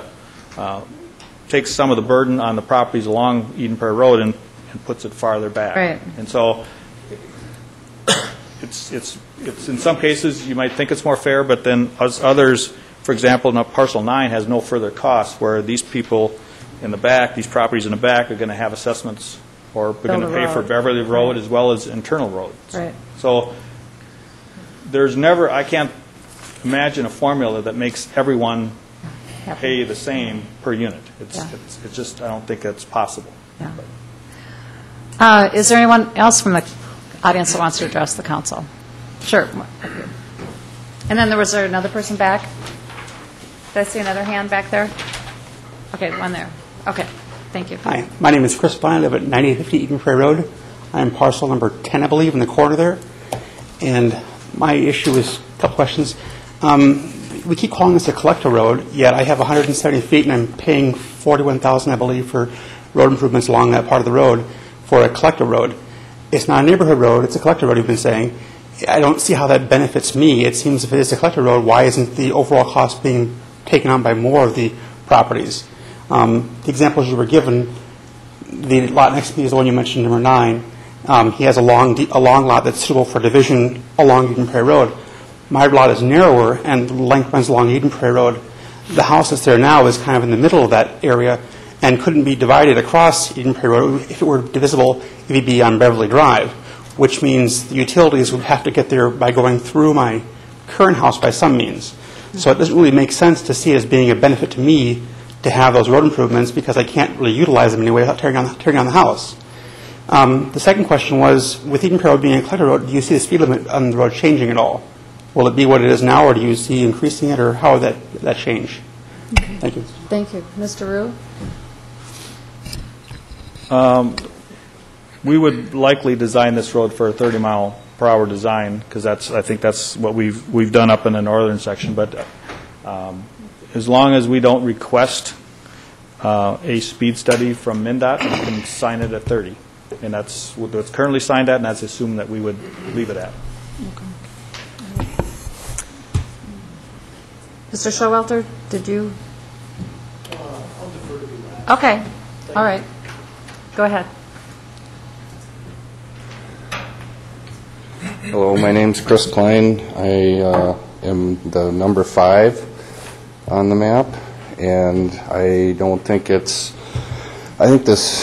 we need to figure out before 2014 that what we're going to be assessed so people can make a decision, because it'll be on our tax statement in 2015. There's 303 units paying $4.5 million. One question is, why is the road so expensive? And if that's just the topography, why can't the city help out a little bit more? Corcoran's paying $1.2 million for 2 miles of road, and that may be just flat and straight. The other thing is the 39% administration fee, or whatever fee that Mr. Rue has told us in the neighborhood meeting. I don't understand the 9% administration fee. The 39% is for the road construction project, engineering, construction, and et cetera. It just seems a lot. I live right on the road, and we're getting hit. The people who are on the road are getting hit really hard. And to not talk about how this is going to be assessed, and if we should vote on just to do this thing without where's the money coming from. You do that first as a businessman. So I think we should have more meetings, or direct the planning committee or somebody to figure out, where these assessments, who's going to pay for the road, and what portion is the city going to help out with this, because $4.5 million is a big dollar amount for 303 units. And that's not people. That's available for development, where anywhere from 1.5 acres to 10 acres, those people are gonna, if they decide to stay, or are they going to be forced to sell? I mean, that's not 303 people paying this amount. That's just a small neighborhood here that is paying this huge cost. And the last point, I guess, is. We've got to figure out if it's going down to Flying Cloud Drive, or if we're going to cul-de-sac it, and then that'll make a difference on the assessments too. I think we should include everybody, those people down at the end, and find out, which way it's going to go, and have some kind of a plan before we just, approve, 3/4 of this road. We got to find out where it's going. Thank you. Thank you. Anyone else? Okay.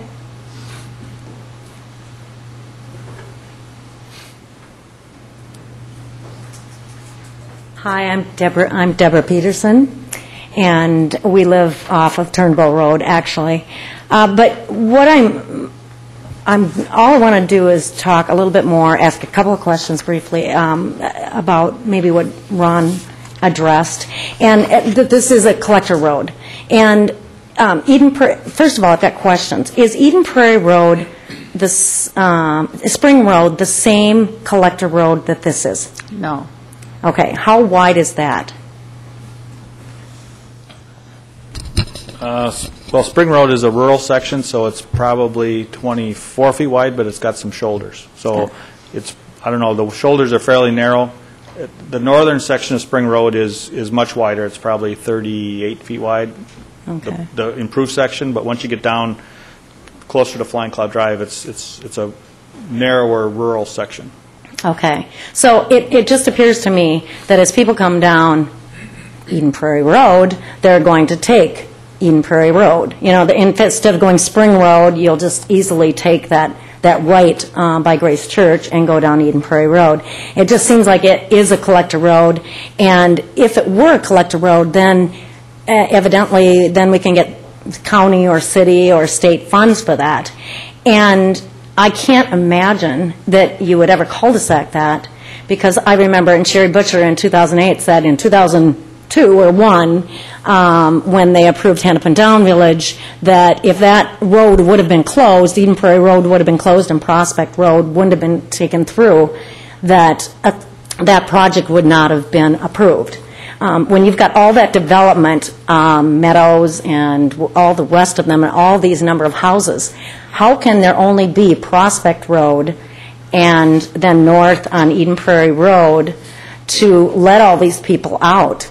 I just don't quite understand that. And so I guess my whole point here is, again, I think that the whole thing maybe should be looked at all together, and if it is a collector road and it's kept open, then it should be looked at as that, and so we could get some other funding.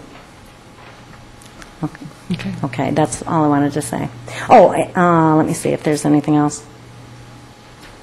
Well, and I always wonder, my last thing is I always wonder why that construction road that's owned by MAC from Sky Lane cannot be open, because that is a lot of people coming out of Beverly Drive. That's the other question. Thank you. Thank you. Mr. Rood, would you talk about that issue of additional funding that might be available from the state or the county? Well, it was brought up at one of the meetings about asking the watershed for a grant on the creek crossing, and we have not approached them. We did get a grant for some of the creek stabilization that was done just west of Eden Prairie Road, and there's some creek stabilization that's happening down further down by Prospect Road. The other funding source is state aid money. This road is eligible for state aid money. It is? It is. Okay. The issue without a clear decision on that, we talked earlier, Robert mentioned earlier about the south end being very expensive, and we would probably use state aid dollars for that. And that would probably make sense because of that. We couldn't assess much of that because there's only a few properties in that section, and it's a very expensive project. But state aid is available for the whole project. If we choose to cul-de-sac it, we would have to pay that money back. So if we would use it for this project, and we could do that, but if we would 2 years from now, 3 years from now, decide to cul-de-sac the road, if that's the direction we're going, we would have to pay all that money back. What are we talking about? Yeah. What percent of the total project are we talking about if state aid could participate? And we get a certain amount of state aid dollars across our whole city. correct? And so if we use it here, we would not be using it elsewhere on our other state aid roads? Correct. Yeah, right. I mean, we manage our state aid funds based on sometimes they change. And one of the things that has changed with our state aid funds is Shady Oak Road. When we took on Shady Oak Road as part of the UHG project, we're utilizing our state aid funds to pay a bulk of that interchange at 212. I think our share is, I think it was $12 million, and it's going to take us several years to pay that off. So are there any state aid funds available anymore for this if we were to do this in 3 years, 2 years? I don't believe so, because I think we've committed to what we have some money in the bank, or not in the bank, but it's state aid. But we need the next couple of years to help just to pay for the Shady Oak Road improvements, and after that, we may have other priorities. I don't know, but yes, there's a demand for that money a lot of the times, and usually it comes in big bunches. We had a big share of Pioneer Trail. We had a big share on 169-494. In the $3-4 million range on 169-494, and Pioneer Trail, I think it was closer to $6 or $7 million. And we get about $2 million a year. So it takes, and we've been kind of saving up for some of these bigger projects, but we still have a huge demand. We still need to collect 2, 3, 4 more years in order to afford Shady Oak Road. All right. Councilmember Nelson. Yeah, I've got a quick background question. This road is paved currently, correct? Mm-hmm. And is it still a safe road as far as, where are we in our poor to excellent range on this road? From a pavement condition, it's very poor. Mm-hmm. From a traffic safety, I would argue that it's borderline safe with the new development that's being proposed and the additional traffic. It wasn't designed to carry with that amount of traffic with the vertical curves and horizontal curves that exist today. We'd be correcting those with this project. Since it's already there, and you said that things like Homeward Hills that are already there would be neighborhood roads, but this isn't, I'm still having a little trouble with that. Now, if it's not really a safe road because it's so poor pavement, then clearly something has to be done about it, because nobody wants that. But especially with all these varying amounts, some of which are very large on some people's properties, I'm still going back to what Ron said earlier, I'm having problems with why this road, which is seen as a potential 30-mile-an-hour road, that is currently paved, but it doesn't have all the fancy stuff with it. Why is that so different from some of these other similar roads that are 30-mile-an-hour collector roads that are paved, but don't have all the fancy stuff with it? Because I can see somebody getting hit with $100,000, $200,000 bill against their property. That's a major piece, even if it is somewhat developable.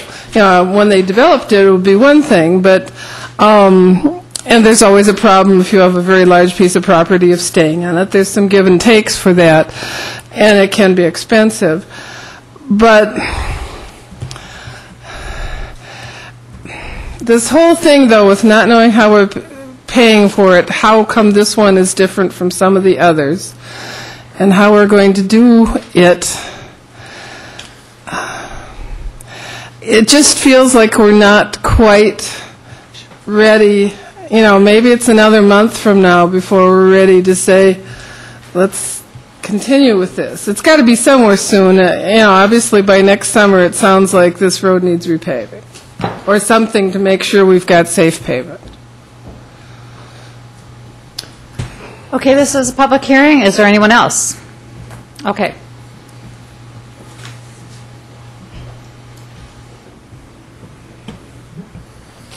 Good evening. Are you tired? Me too. I'll see if I can be quick. My name's Jeff Shanewetter. I live at 9750 Sky Lane.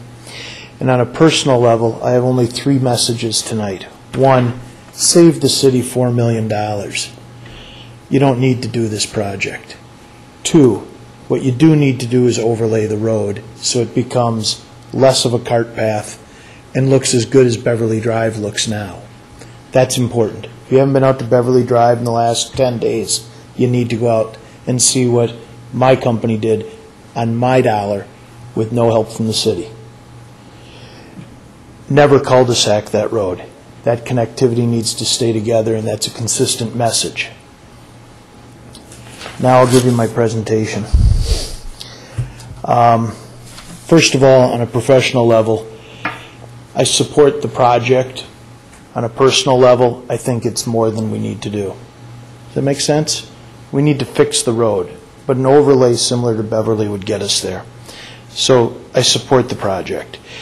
Woods at Riley Creek and the Meadows carry a very large portion of this total project cost, and ultimately those are developer contributions. The city needs to revisit, in my opinion, some minor details of the assessment allocation. And I share the sentiments that you've heard tonight about essentially you've got the cart ahead of the horse. We can agree on a budget for the project, and we can agree on how to share the allocation of the project.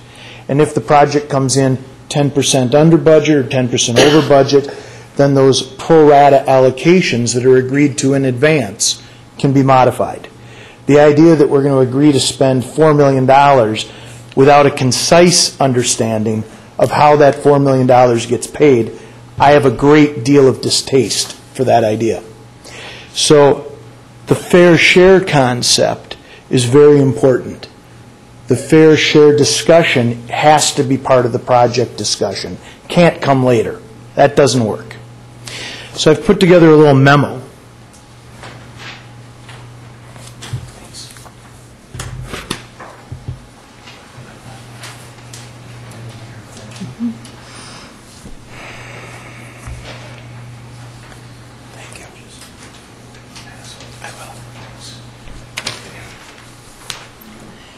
It addresses 3 simple concerns that are somewhat minor housekeeping, but they're important. And if I address them tonight, then I promise I won't come back in 2014 and make an issue again. So I'll get my horse in front of my cart. In the woods at Riley Creek, there are 4 errors. The property labeled 1II, called the Callistra property. It should be 1 unit of assessment, not 2.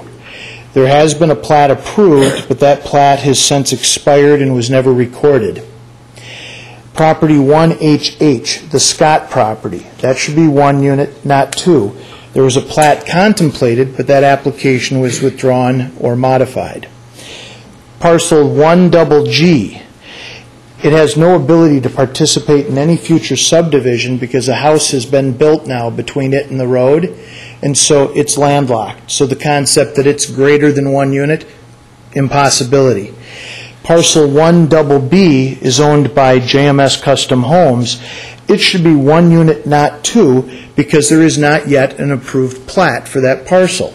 It's the last on your agenda tonight.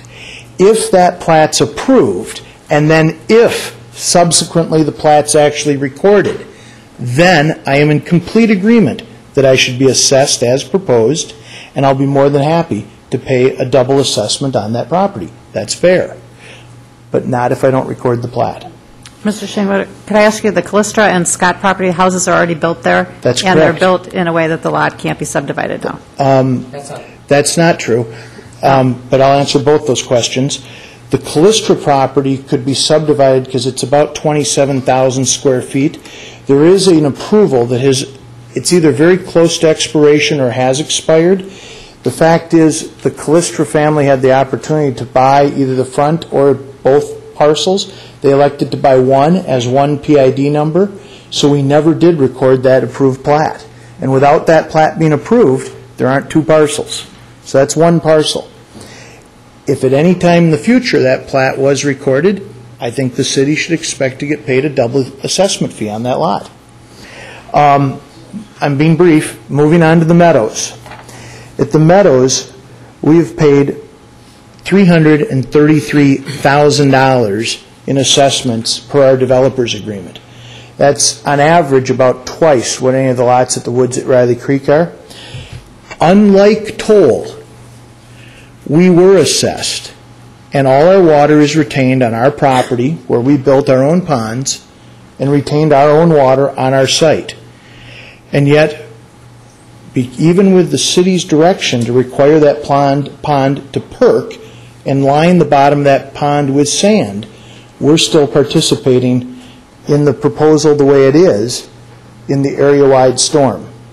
And we have an overflow. There's no direct drainage to the Eden Prairie project. I'm not sure how I feel about that. Plus, we overlaid Beverly Road on our nickel. I'm not sure how I feel about that. But it's done, and we agreed to it, and that was the business deal. Generally, I have a bigger concern with a contradiction, two contradictions in the report that you heard tonight. One, we need to amplify if Eden Prairie Road is going to be a collector or a semi-collector. That's different than a neighborhood street. Additionally, Councilmember Nelson was very close to the question, but if this street was built 20, 30 years ago, and now it's just time to replace it in the ordinary course of business of the city, why are we paying to build it again? I'm not sure that there shouldn't be greater city participation in the cost of this baseline project, which is really a repair and a maintenance item of an existing street for the taxpayers of the community. Last item. You were told that the assessments were based on 2 units per acre. That's not true. There are 5 parcels. MAC 29, 29A, Newharth number 2, and the other 29, 29A, 28, 28E, and 28D, all the MAC parcels.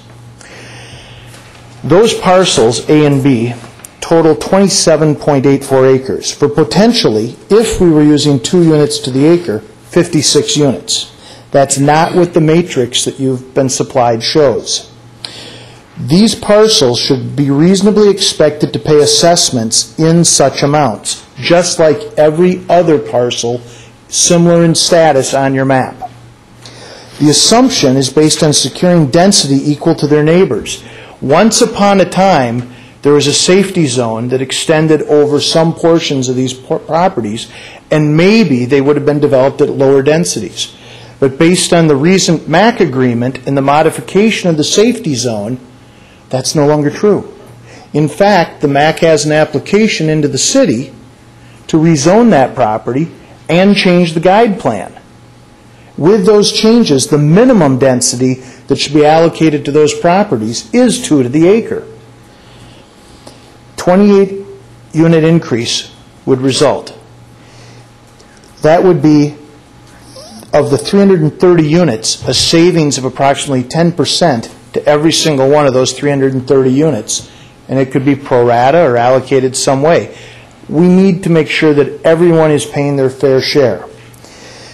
If the adjustment was approved, I believe we'd have something more appropriate to participate in the assessment more equitably if we really do need to spend $4 million on parcels such as 8, 14, 13, 7, 3, and 4, which are all 2 units to the acre.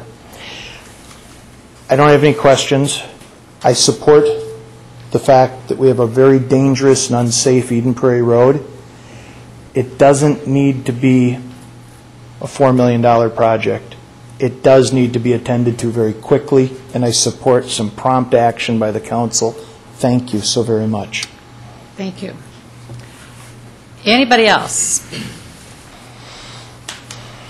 Okay. Seeing none, I would move that we close the public hearing. Second. All in favor?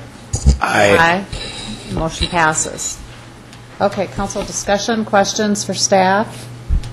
Just a thought in reaction to a couple of comments. So I'm just rereading the motion to be really clear here, but because I think we're as frustrated as others about the unknown part of funding it, but that's not what we're doing tonight, and we need direction to move ahead.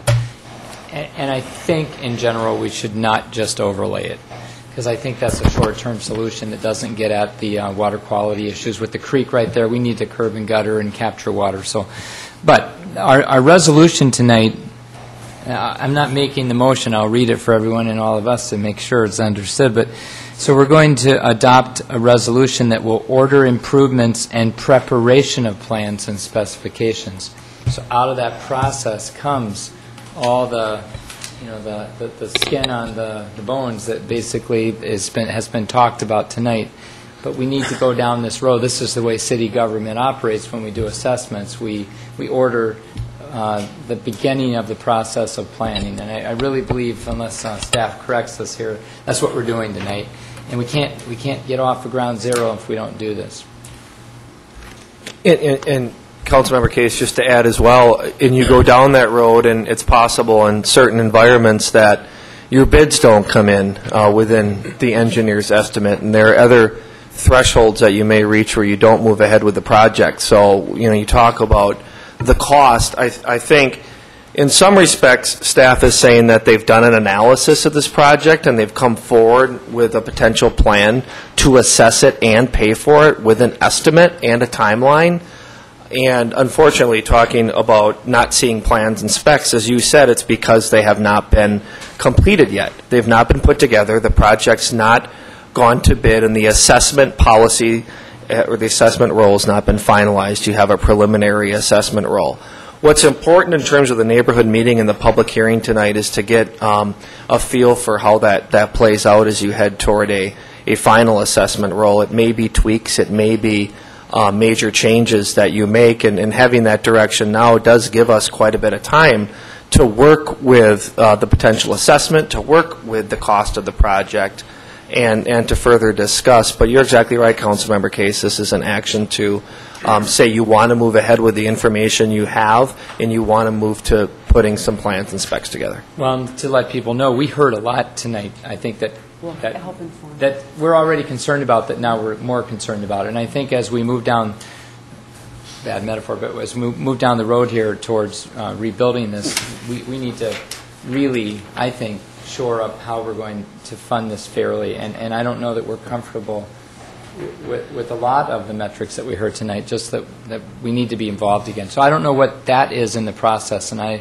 trying to think back in the years past if we've been pulled back in earlier. But we need to be. Now that if we make this decision tonight, that we need to be somewhere along the line here in early winter, brought back in, maybe at a workshop setting, and try to work through some of the issues that came up tonight. Councilmember Nelson.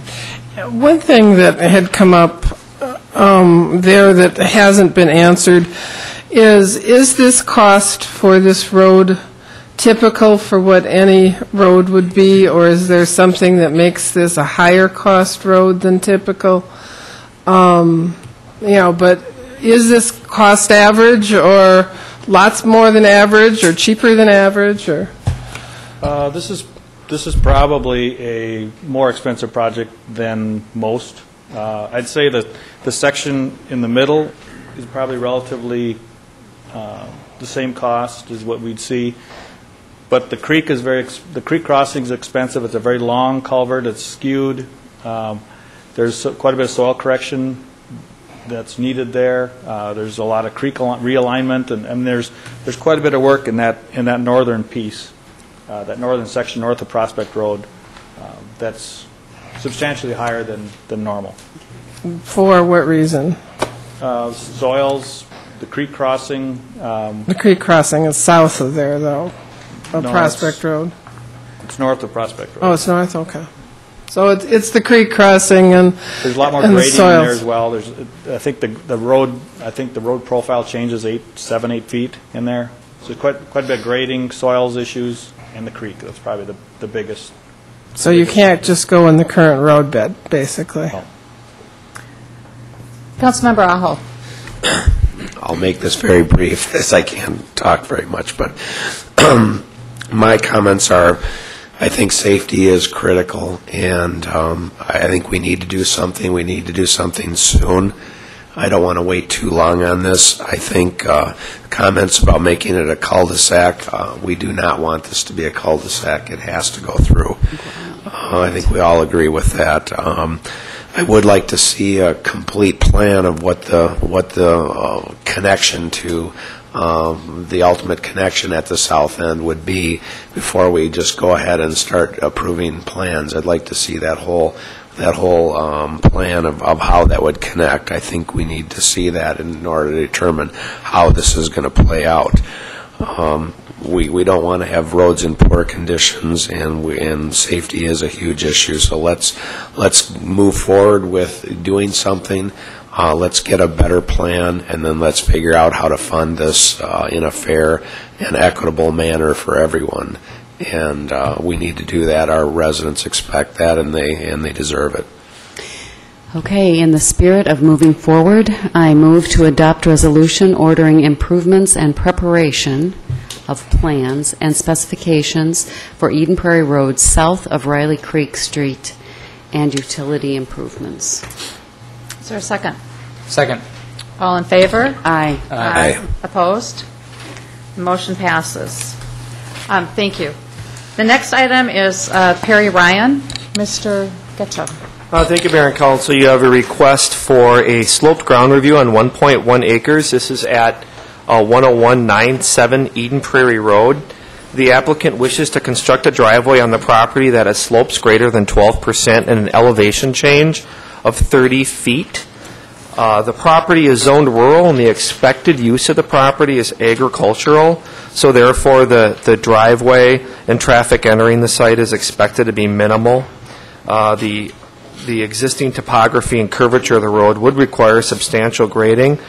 This did go to the Plan Commission and was recommended for approval on October 22nd on a 501. I would assume the 1 is an abstention to the City Council. Official notice of this public hearing was in the November 8th Eden Prairie News and was sent to 11 property owners. And I believe the property owner is here to provide the council with a very quick overview and answer any questions that you may have.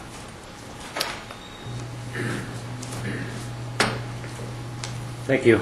Mayor, City Council members, Perry Ryan on the lot at 10197 Eden Prairie Road. We currently have no driveway access. It's a little over 1.1 acres. We're proposing to put in a 12-foot wide paved driveway.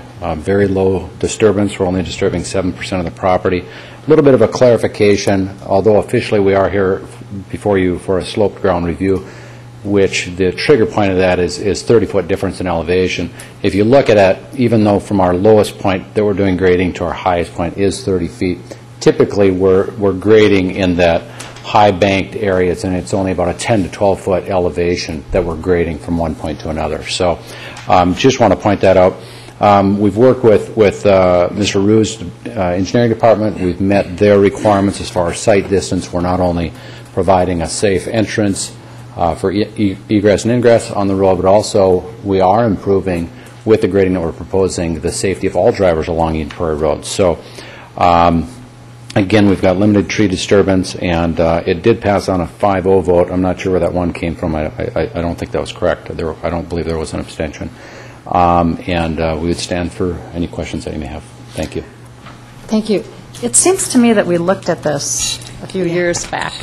Can you explain to me how the grading or how this project is different than what was proposed before? Sure. Yeah, we've made some improvements on, I think, just, again, working with the engineering department to improve those sight lines. I think, at that point, we were trying to get it rezoned for a single-family lot. And so at this point, we're just leaving it with its current zoning. Yeah, and just for access. We don't have any access to the property. Okay. So. And I think if you look back in the notes, I think that's where the council landed on, is that they said, Mr. Ryan should have access to his property and leaving it agricultural. So. Okay. All right. Thank you. You're welcome. Any questions for Mr. Ryan? Okay. Thank you. Thanks. This is a public hearing. Is there anyone from the audience that wants to address the council on the Perry Ryan lot? Seeing none, I would move to close the public meeting, and I will read the whole motion, but I do want to make one comment, so just don't take the vote really fast.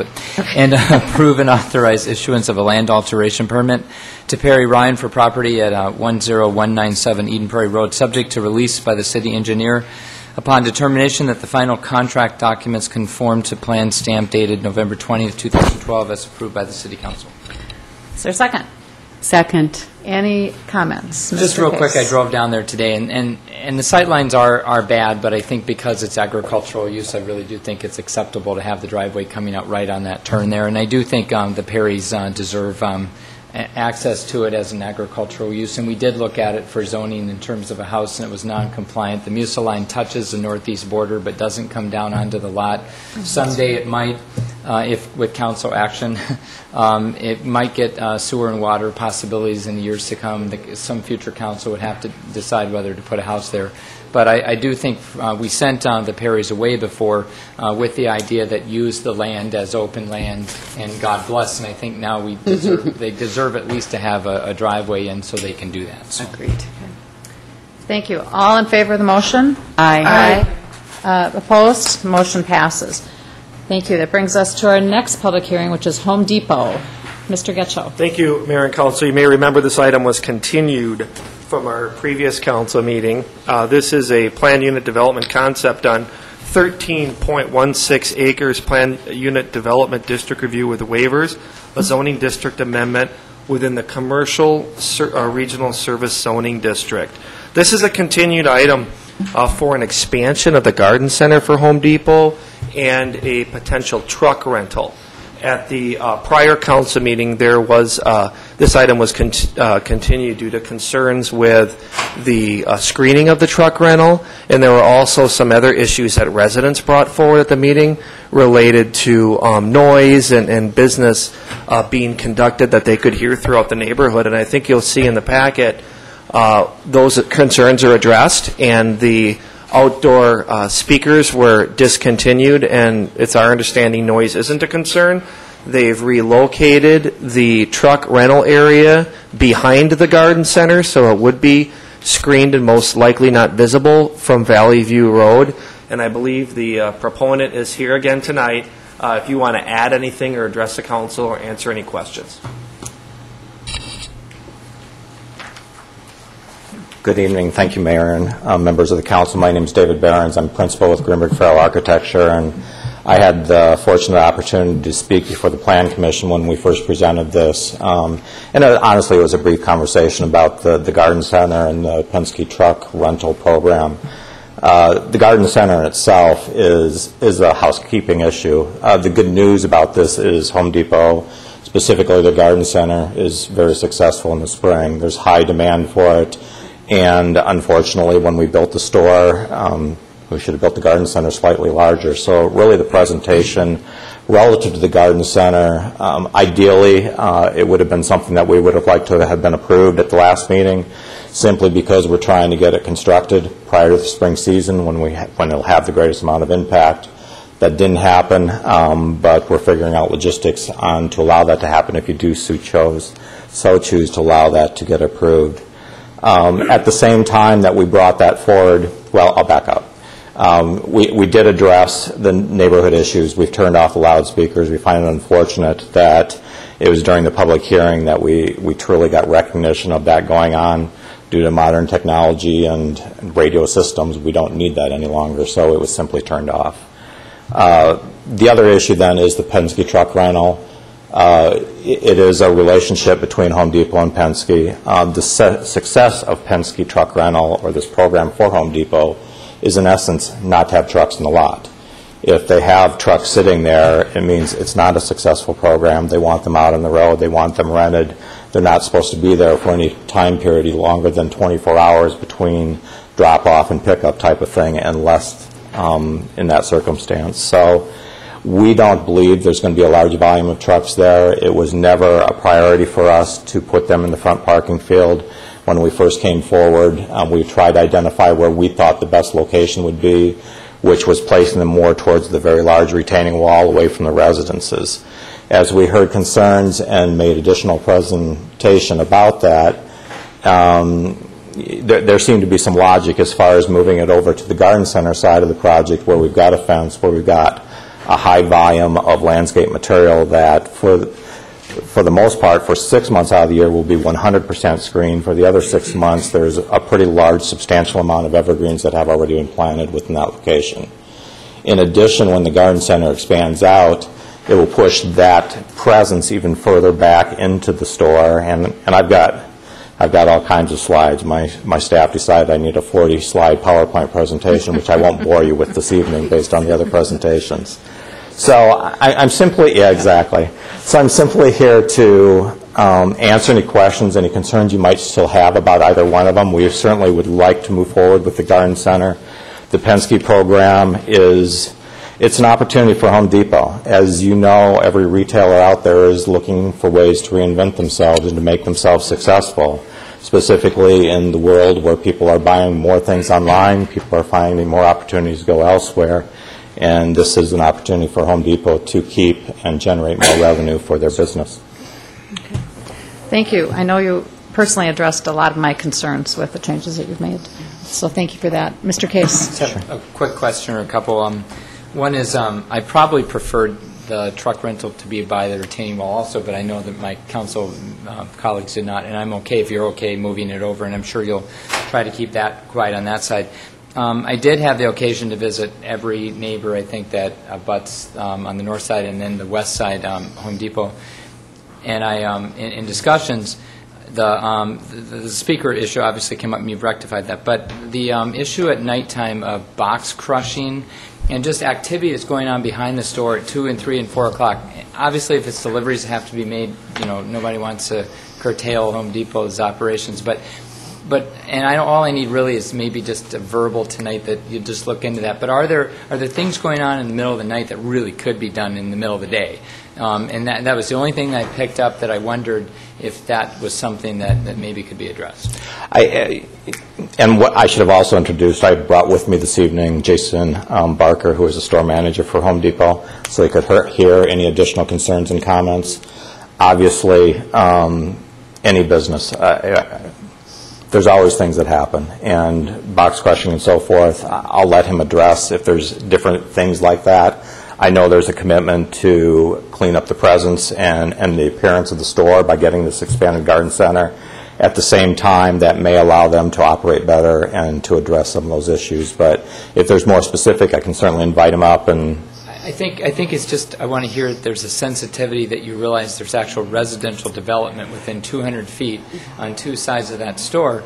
And if people, from a manager standpoint, were aware that if they send a crew out at 2 or 3 o'clock in the morning to do what really could be done at 2 or 3 o'clock in the afternoon, I guess that's what I want to hear, that there's sensitivity, that there are homes within 200 to 300 feet on two sides. Well, there is, and I can tell you, I flew in early. I'm from Arlington Heights, Illinois, and flew in so I could see it both during the daylight and during the evening hours.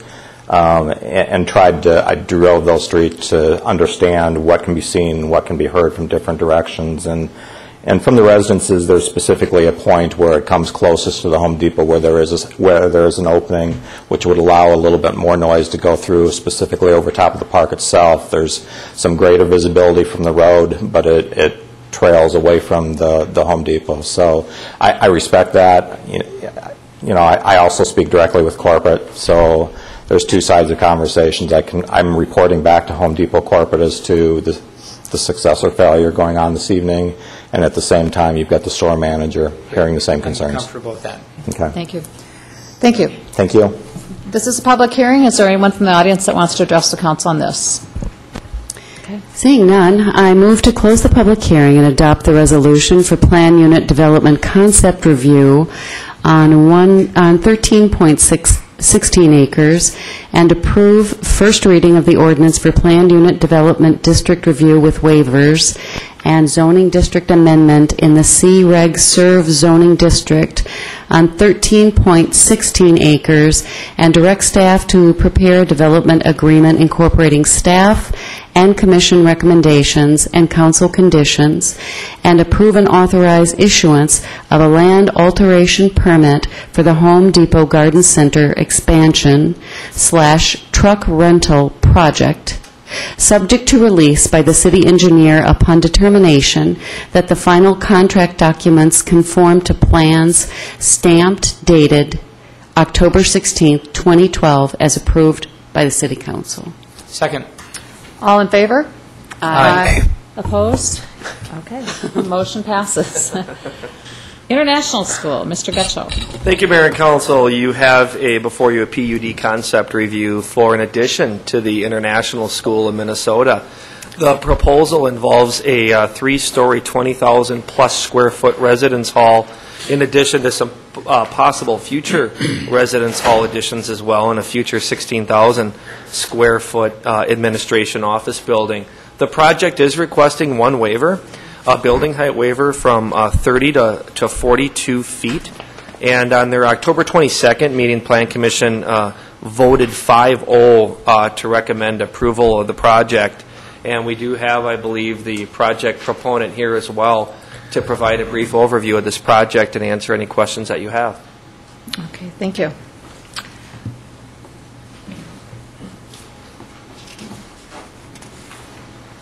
think I can go over here. Sure.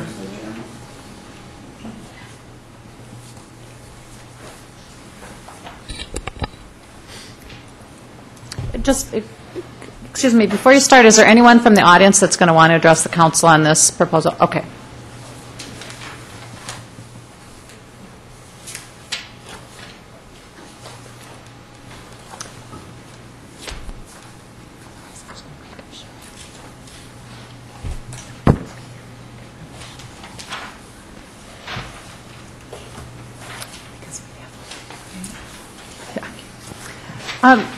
The one person from the audience that wanted to address the council on this, is there one specific issue that you want to have addressed?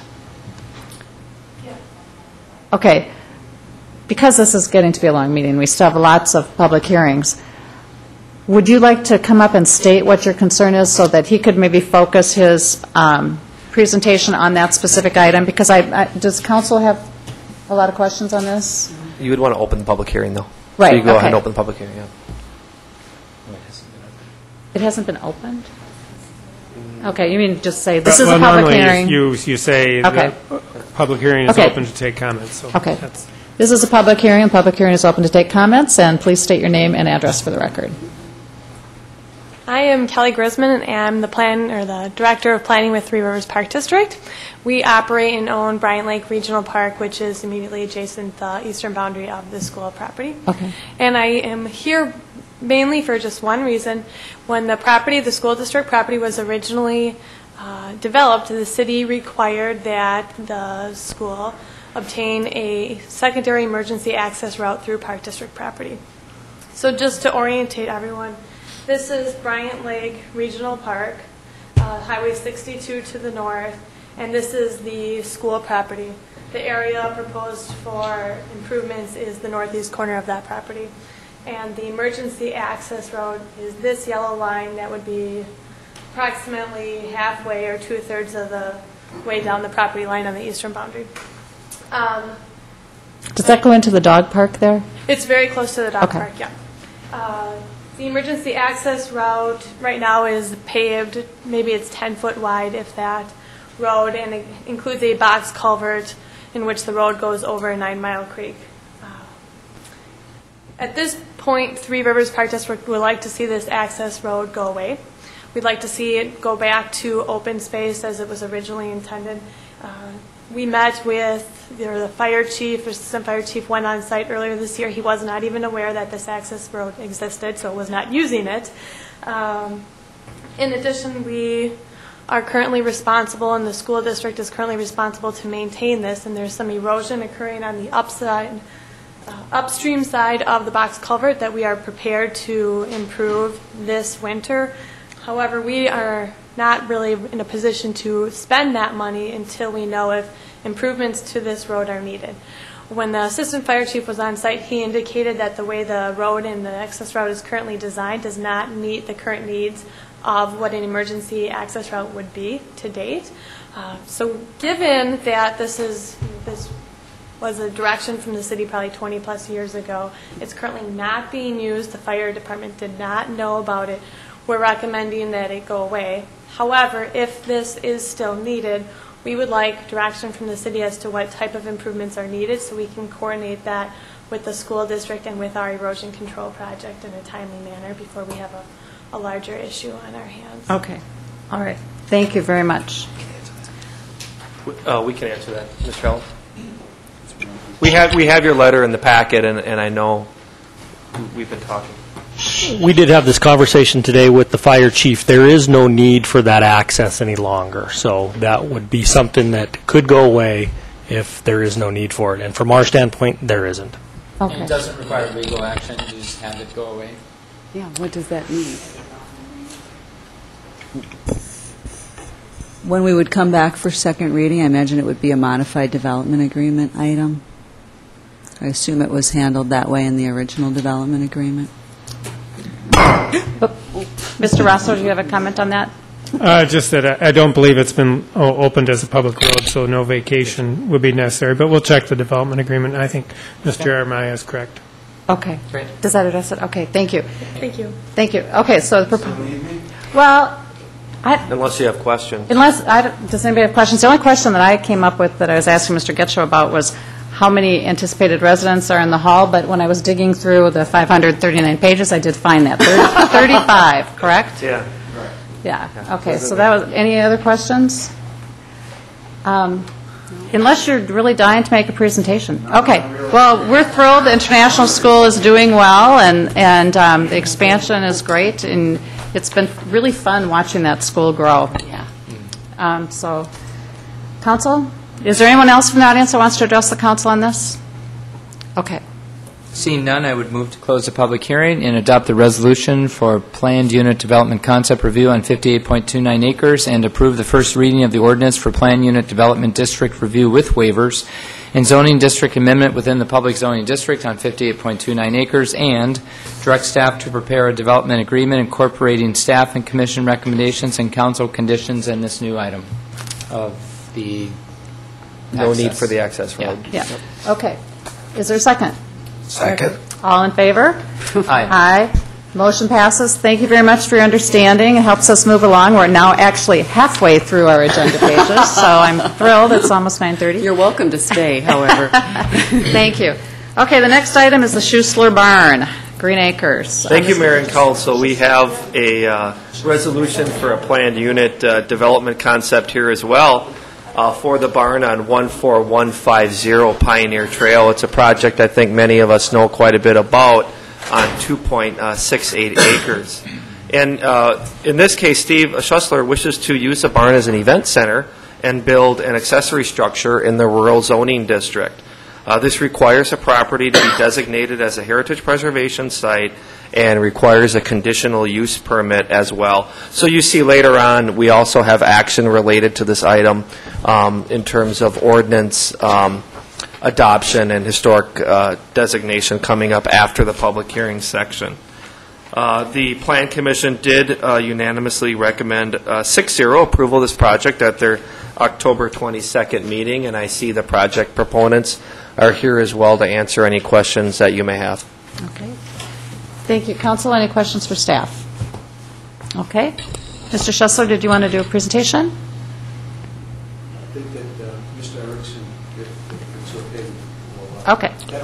Mayor, members of the City Council, good evening. I'm pleased to be here representing Steve Schuessler, who's with us this evening with regard to the changes which would allow and permit this historic landmark in Eden Prairie, built in 1942, the barn, as it's more often referred to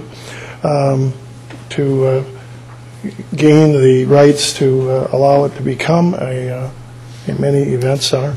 And with your indulgence, if I could use the overhead very quickly, in the interest of time, I could go quickly and just give a quick overview. Okay. Thank you. Is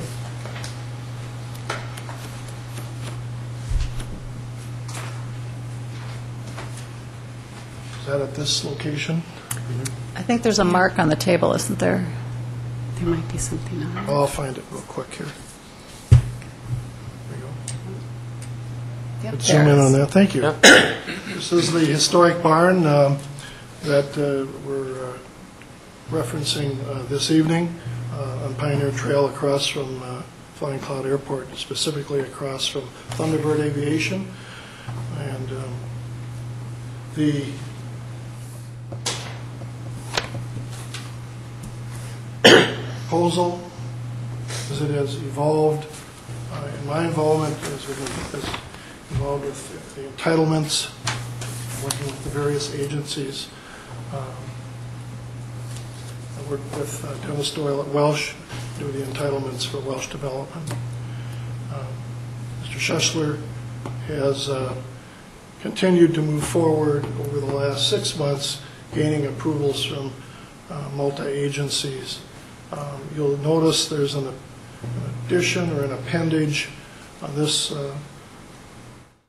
concept, which would accommodate a full-service elevator. So we would have a handicapped ramp meeting code, accessing at this location, and then entering and being able to use a full-service elevator to allow both those requirements of ADA, but more importantly to accommodate, or equally important, I should say, to accommodate catering services that would be provided in this facility. There would be no food or beverage created per se on the site. It would all be done through licensed caterers, specifically caterers that work within your community. And I know Mr. Schussler has spoken with them, met with them, and made arrangements as he moves forward and completes the project and starts to accommodate the uses as proposed, of course subject to the approval of the City Council.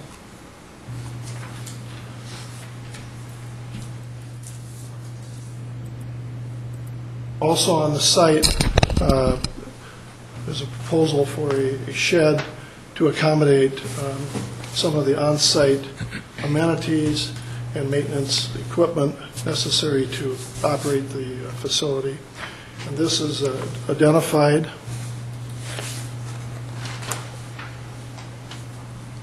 on this site plan, and that is to the north there, Councilmember Nelson. So this is an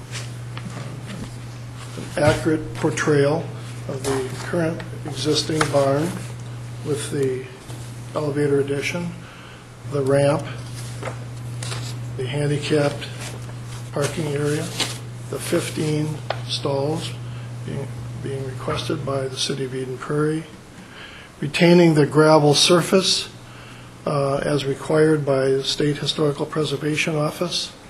And again, the elevator and handicap areas have all been approved by SHPO, State Historical Preservation Office.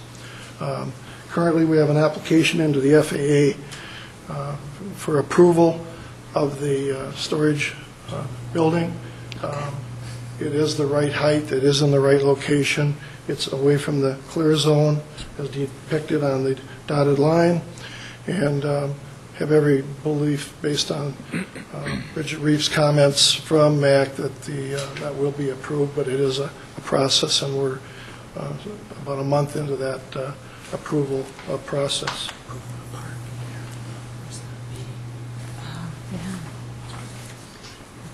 Currently, in addition to the use which we've described, the site plan that I demonstrated has been approved by the State Historical Preservation Office. The elevator is on order subject to approvals and would be installed in the not too distant future. The off-site parking is something I would like to address at this point. Mr. Schussler has a working agreement with Elliott Aviation and also Grace Church with regard to off-street parking. And all of the events that would be held here would require valet parking. We've met with, in addition to Mr. Franzen, police chief, we spent some quality time with him. Mr. Schussler certainly does not, and I'm sure you would agree, want anybody to be crossing from Elliott on Pioneer Trail, especially in the evening. That would be the least likely scenario, and that's something we intend to avoid through an agreement that we would reach in the development contract. And again, Mr. Schussler's had a couple of experiences to date and we've learned very quickly that the valet parking is critical. Jim Grube from Hennepin County Transportation also desires to have that same protection, so we have no one attempting to cross at that location. I just want to re-emphasize how critically important it is and how favorable it has been to have an agreement with Elliott Aviation and Grace. So depending on the size of the event, Elliott may work very appropriately, but it would still require valet with small or large coach bus. And then if it was a much larger event, then Grace Church would be the location of choice. And again, they would be valeted by transportation to protect the interests of the guests at that location. Very quickly, and I know it's been a long evening for you, I'd be remiss if I didn't thank the City of Eden Prairie staff, Mike Franzen, Kevin Schmieg, Mary Kraus, Ron Rue, Police Chief Reynolds, and Lori Clemmer, just to name a few. It's been an extraordinary experience for me.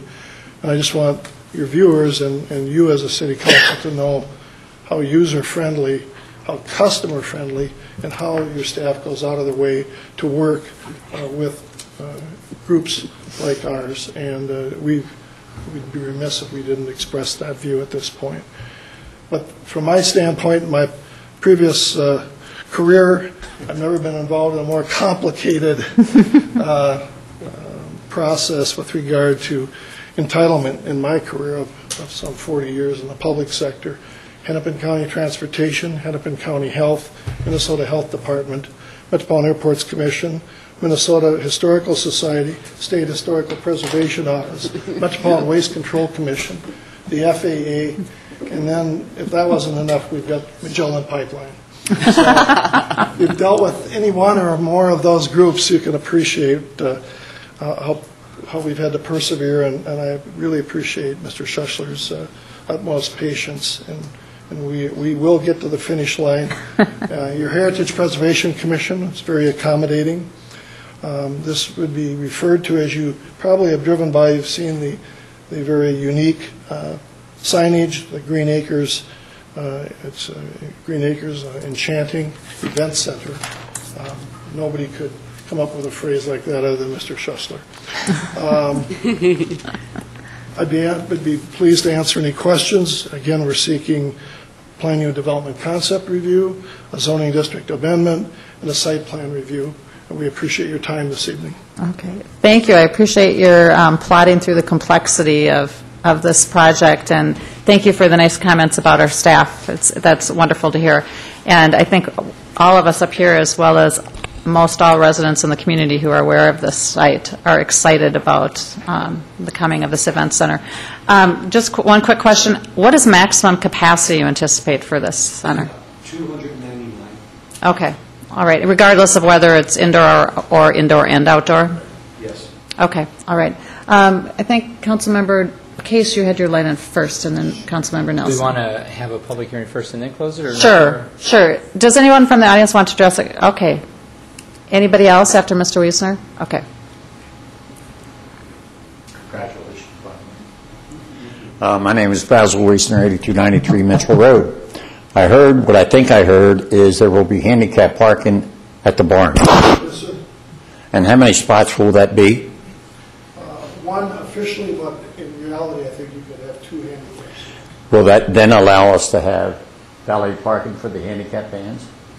Absolutely, yes. Thank you. That's all the questions I have. So, Okay. wait a minute, one more.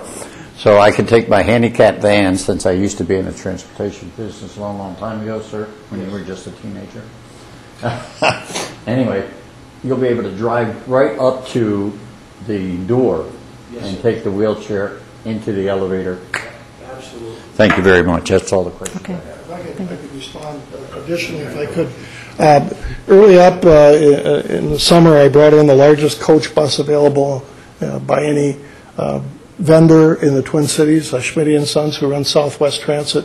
They brought in their largest coach bus for the express purpose to make sure we could get around the building in its entirety. It did require some adjustments in some of the lighting features that Mr. Schussler had planned. We've made those adjustments. We've received SHPO's approval for that. But I want you to know we did that for another reason. I want to make sure that a fire truck could also make that same swing around the building. Okay, thank you. Councilmember Case. Do we want to close the public? If, no, I don't think we need to. Go ahead. We have to eventually. First, Mr. Erickson, congratulations on your re-election to the school board in your community, I believe. Is that correct? Yeah, I think we play football at Friday night. Yes. And Mr. Schussler, the community owes you a big thank you for choosing to invest in our history. So on behalf of the council, certainly, and all the people of Eden Prairie, thank you, because you saved a barn that's a very valuable amenity in this community, and we appreciate that deeply.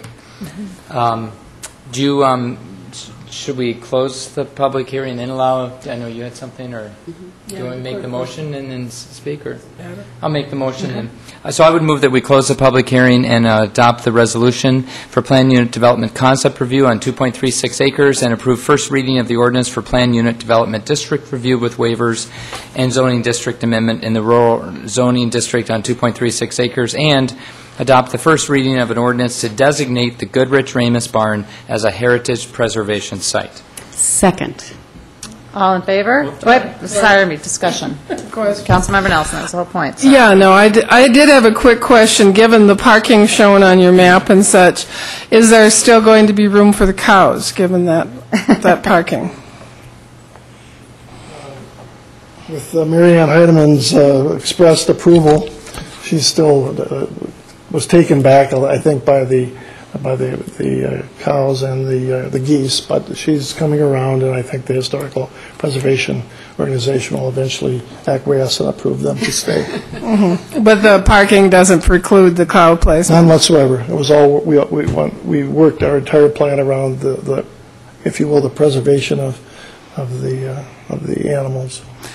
The animals are quite striking. I could even practically call them public art. So. Yes. Mr. Schussler is quite striking. Yeah, public art. Councilmember Wickstrom.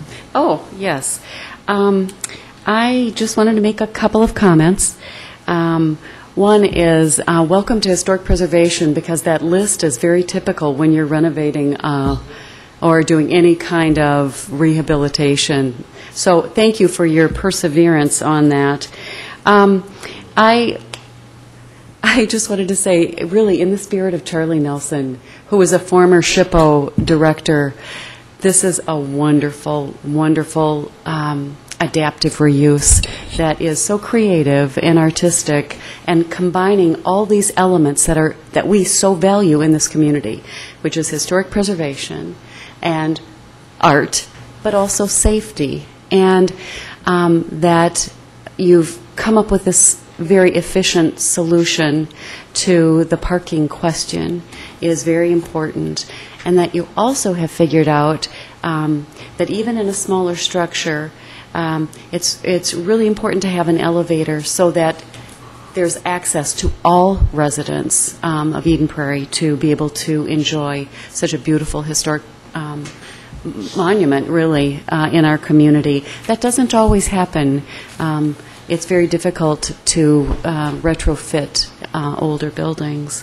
So I appreciate all of that, and I am just thrilled that you have decided to take this project on. It is a true, true asset in the community. Thank you. Can I make a comment? Sure. Come on up to the podium. Thank you. I'd like to echo the sentiments about Mr. Aho and Mr. Case. Welcome back to the City Council. I need to make a statement, if I might, about Kathy Case's involvement and Ron Case's involvement. They've taken it personally and helping me to get past all of the hurdles excuse me, that Mr. Erickson had mentioned has been monumental. It's been a 2.5-year process, and I have never worked with a more professional staff in all my career. I've built 45 rainforest cafes in 7 years in 3 continents, and Mr. Franzen and your building department, everybody, the police department, the fire department, it's the most professional city administration I think I've ever been involved with in my entire life. And Rick, your department, the Park and Recreational Department, it's just such a pleasure to be here, and I'm very, very proud of Eden Prairie, and I thank you. And happy Thanksgiving to everybody as well. Thank you. Thank you. Thank you. Thank you. All in favor of the motion? Aye. The motion passes. Thank you. Welcome. Welcome. Yes, welcome.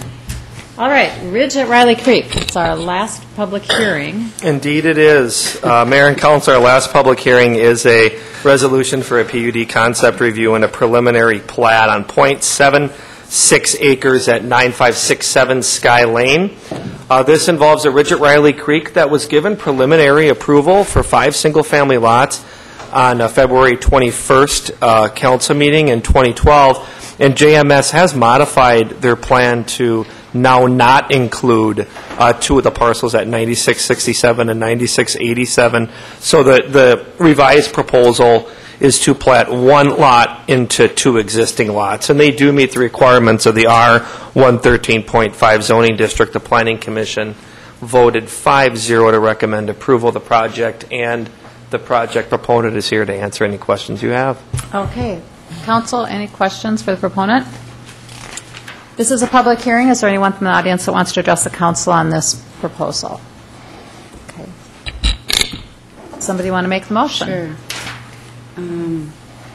Seeing none, I move to close the public hearing and adopt the resolution for planned unit development concept review on .76 acres and approve first reading of the ordinance for planned unit development district review with waivers and zoning district amendment with R1-13.5 zoning district on .76 acres and adopt the resolution for preliminary plat on .76 acres into 2 lots, and direct staff to prepare a development agreement incorporating staff and commission recommendations and council conditions. Second.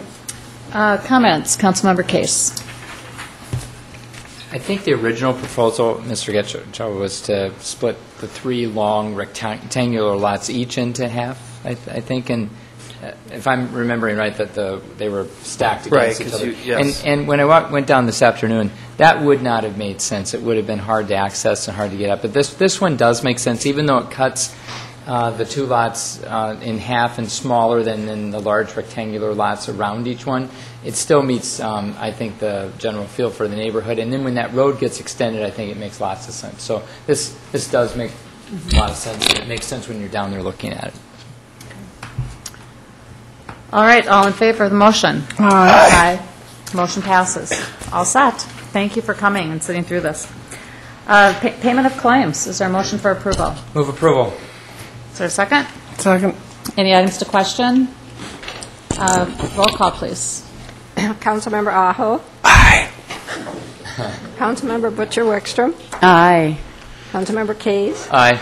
Councilmember Nelson. Aye. Mayor Terlukens. Aye. Now, ordinances and resolutions, again, back to the Schuessler Barn.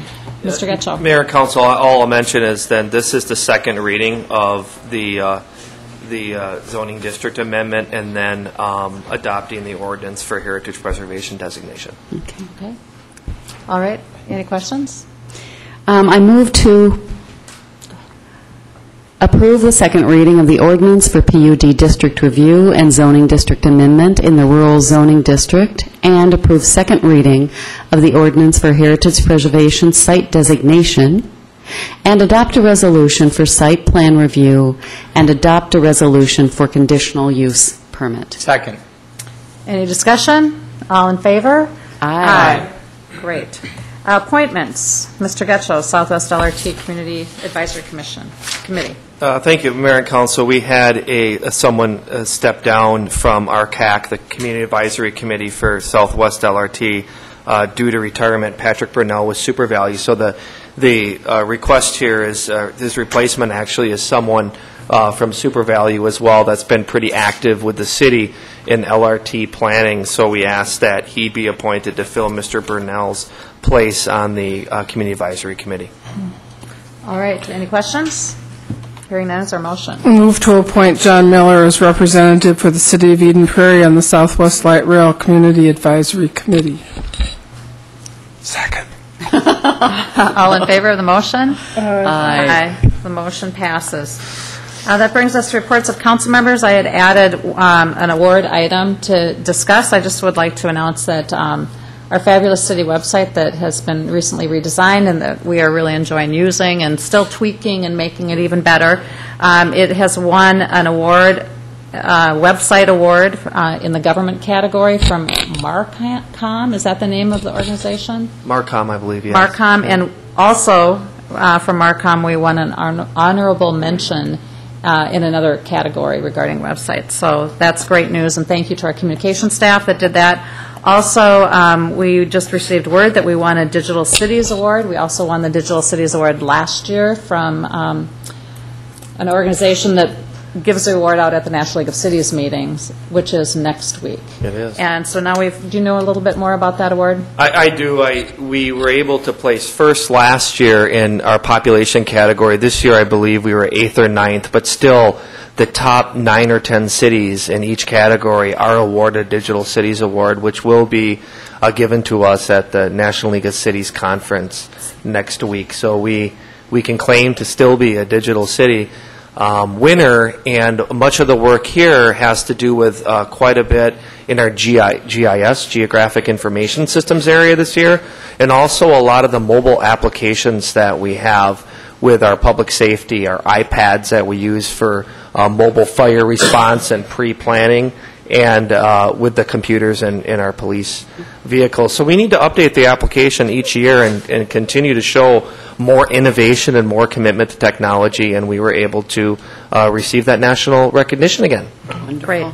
Thank you, Mr. Getchell. Do you want to just move on into the report of City Manager? I do. I have 3 reports, Mayor and Council. I'll move through pretty quick. We do have a guest for our first one because we're asking you to authorize the issuance of $10 million of general obligation debt, and this is for the Shady Oak Road project that we were talking about earlier. That's a huge part of the UHG project, and in fact funded in large part by UHG. Paul Donna, our financial advisor with Northland Securities, is here to give you a quick overview on this bond sale, and the good news that each time we do go to market for debt, our bond rating is looked at, and we're once again given the positive news that we're reaffirmed a AAA, and that's very positive news. Thank you. Hi. How are you? Good evening, Madam Mayor and Council. I did have about a 25-minute presentation prepared, but Ms. Kachiver twisted my arm and strongly suggested against that, so we're going to parlay that down.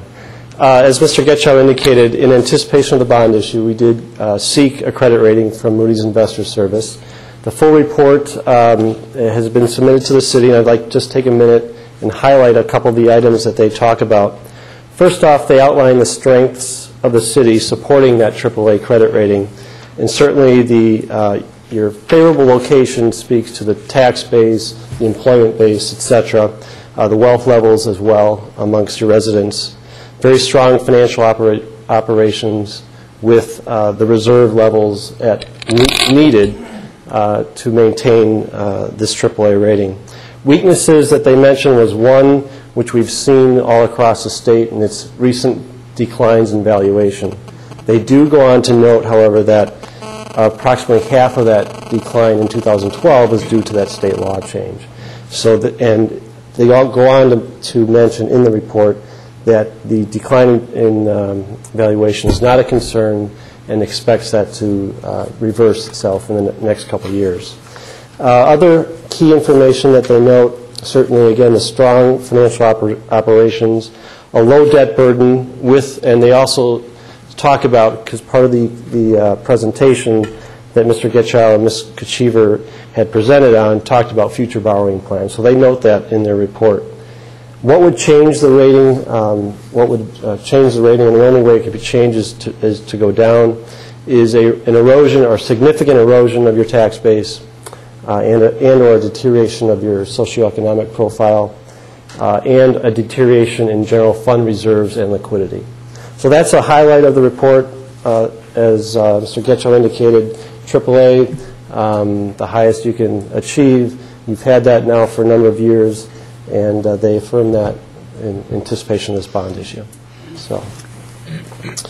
Question for you, Mr. Donna. In the economic environment we're in, what has been your experience with Minnesota cities? I know we haven't been hit as hard as the rest of the country. Are cities in Minnesota maintaining their bond ratings pretty well, or are they sliding?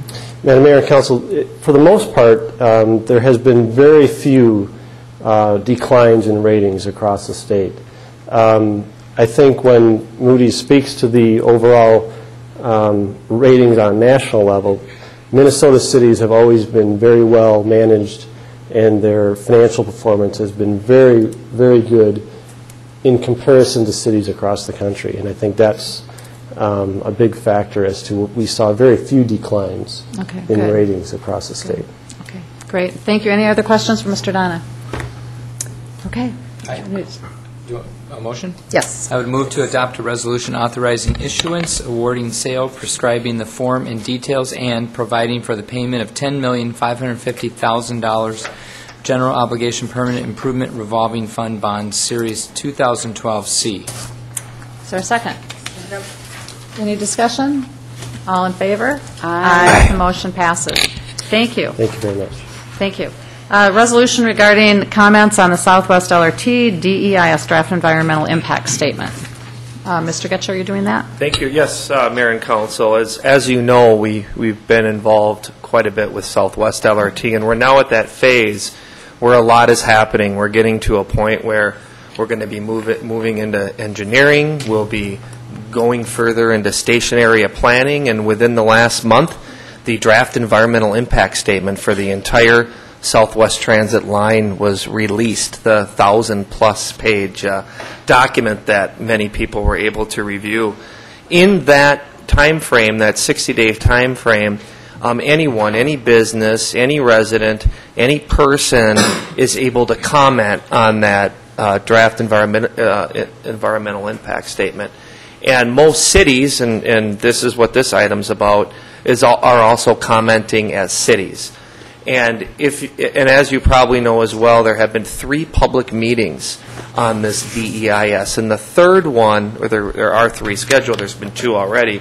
The third one is scheduled for in this room in the council chambers a week from a Thursday. So that third public meeting will be occurring here, and we do know of many businesses and residents that will be commenting as well. Well, the action tonight would be the city's comments and city staff comments after reviewing the DEIS. And the main part that I want to speak to are the 9 general comments that we would like the council to endorse on behalf of the city of Eden Prairie related to Southwest LRT. There are 34 more detailed comments that relate to certain sections of the DEIS that you can read as well.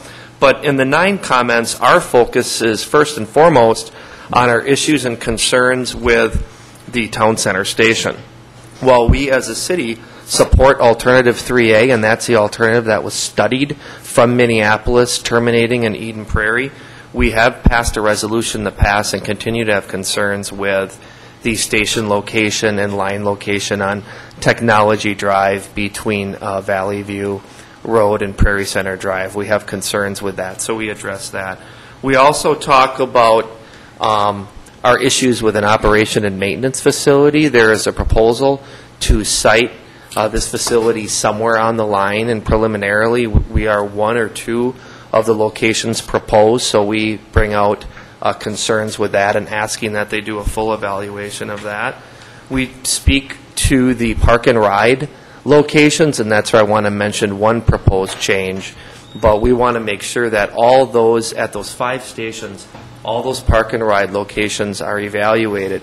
And you'll see in 2 of the bullet items, we talk about, I think it's reducing or eliminating parking. And I think after some staff discussion and some talk with a few others, that elimination is probably a word that we don't want to use. There are certain stations where there may not need to be as much parking as is identified in the DEIS, but we're not saying it would be eliminated. So that's one correction I'd like to make right now.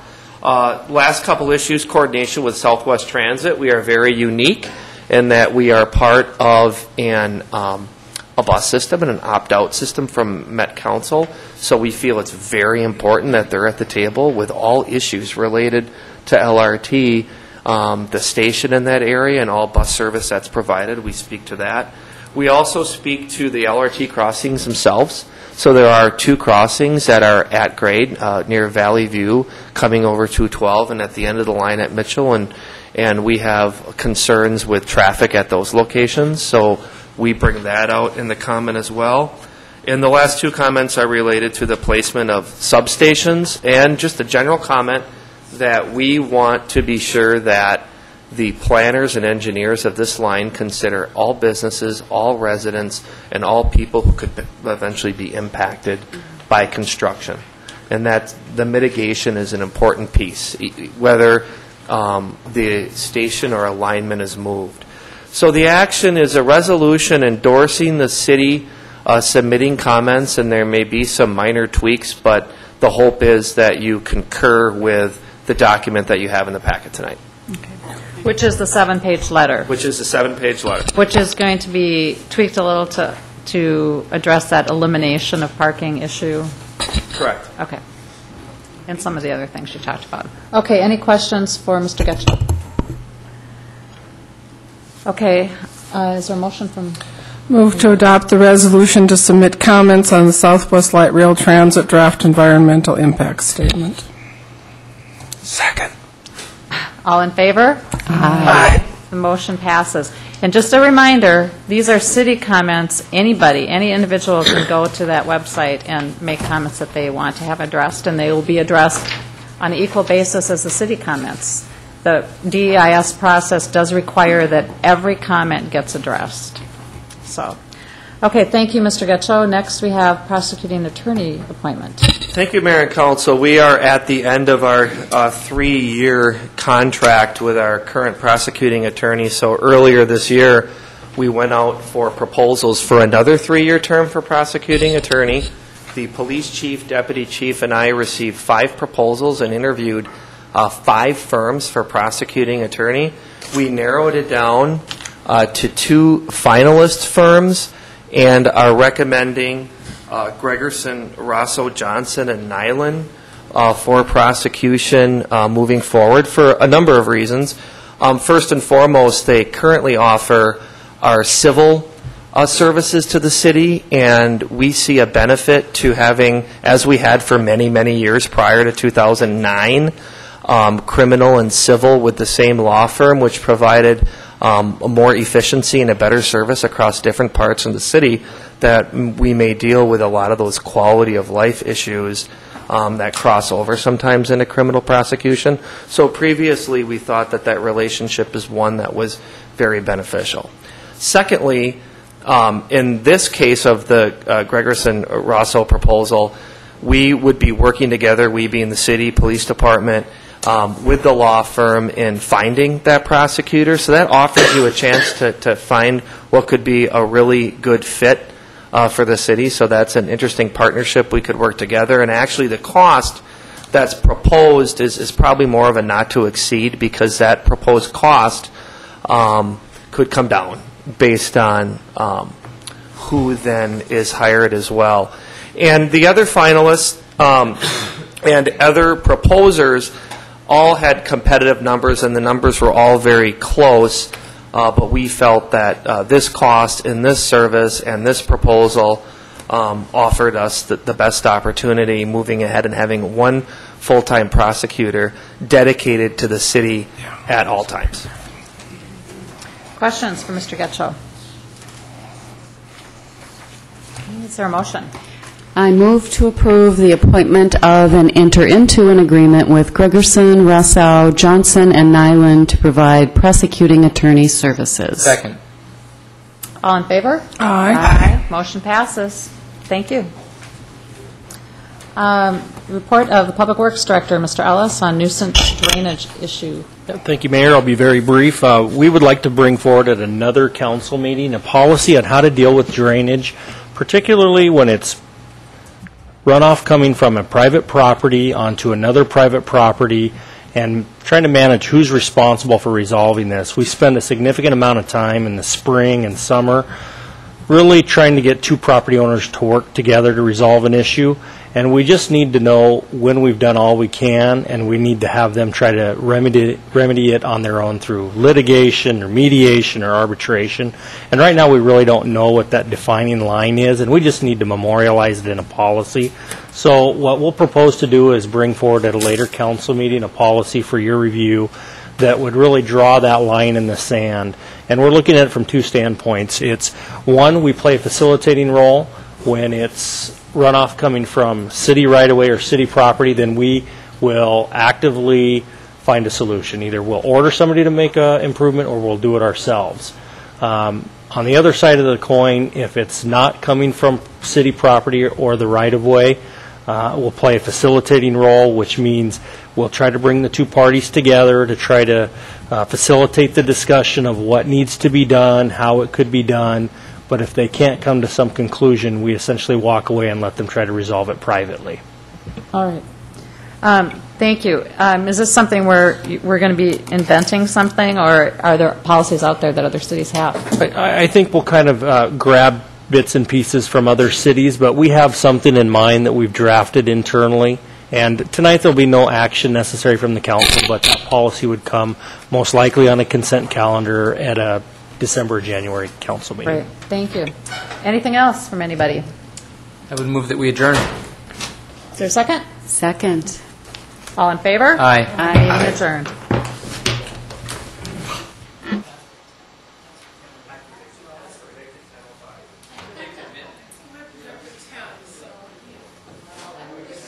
Slow down or stop. Whether you're riding or driving, it's also important to know your place on the road.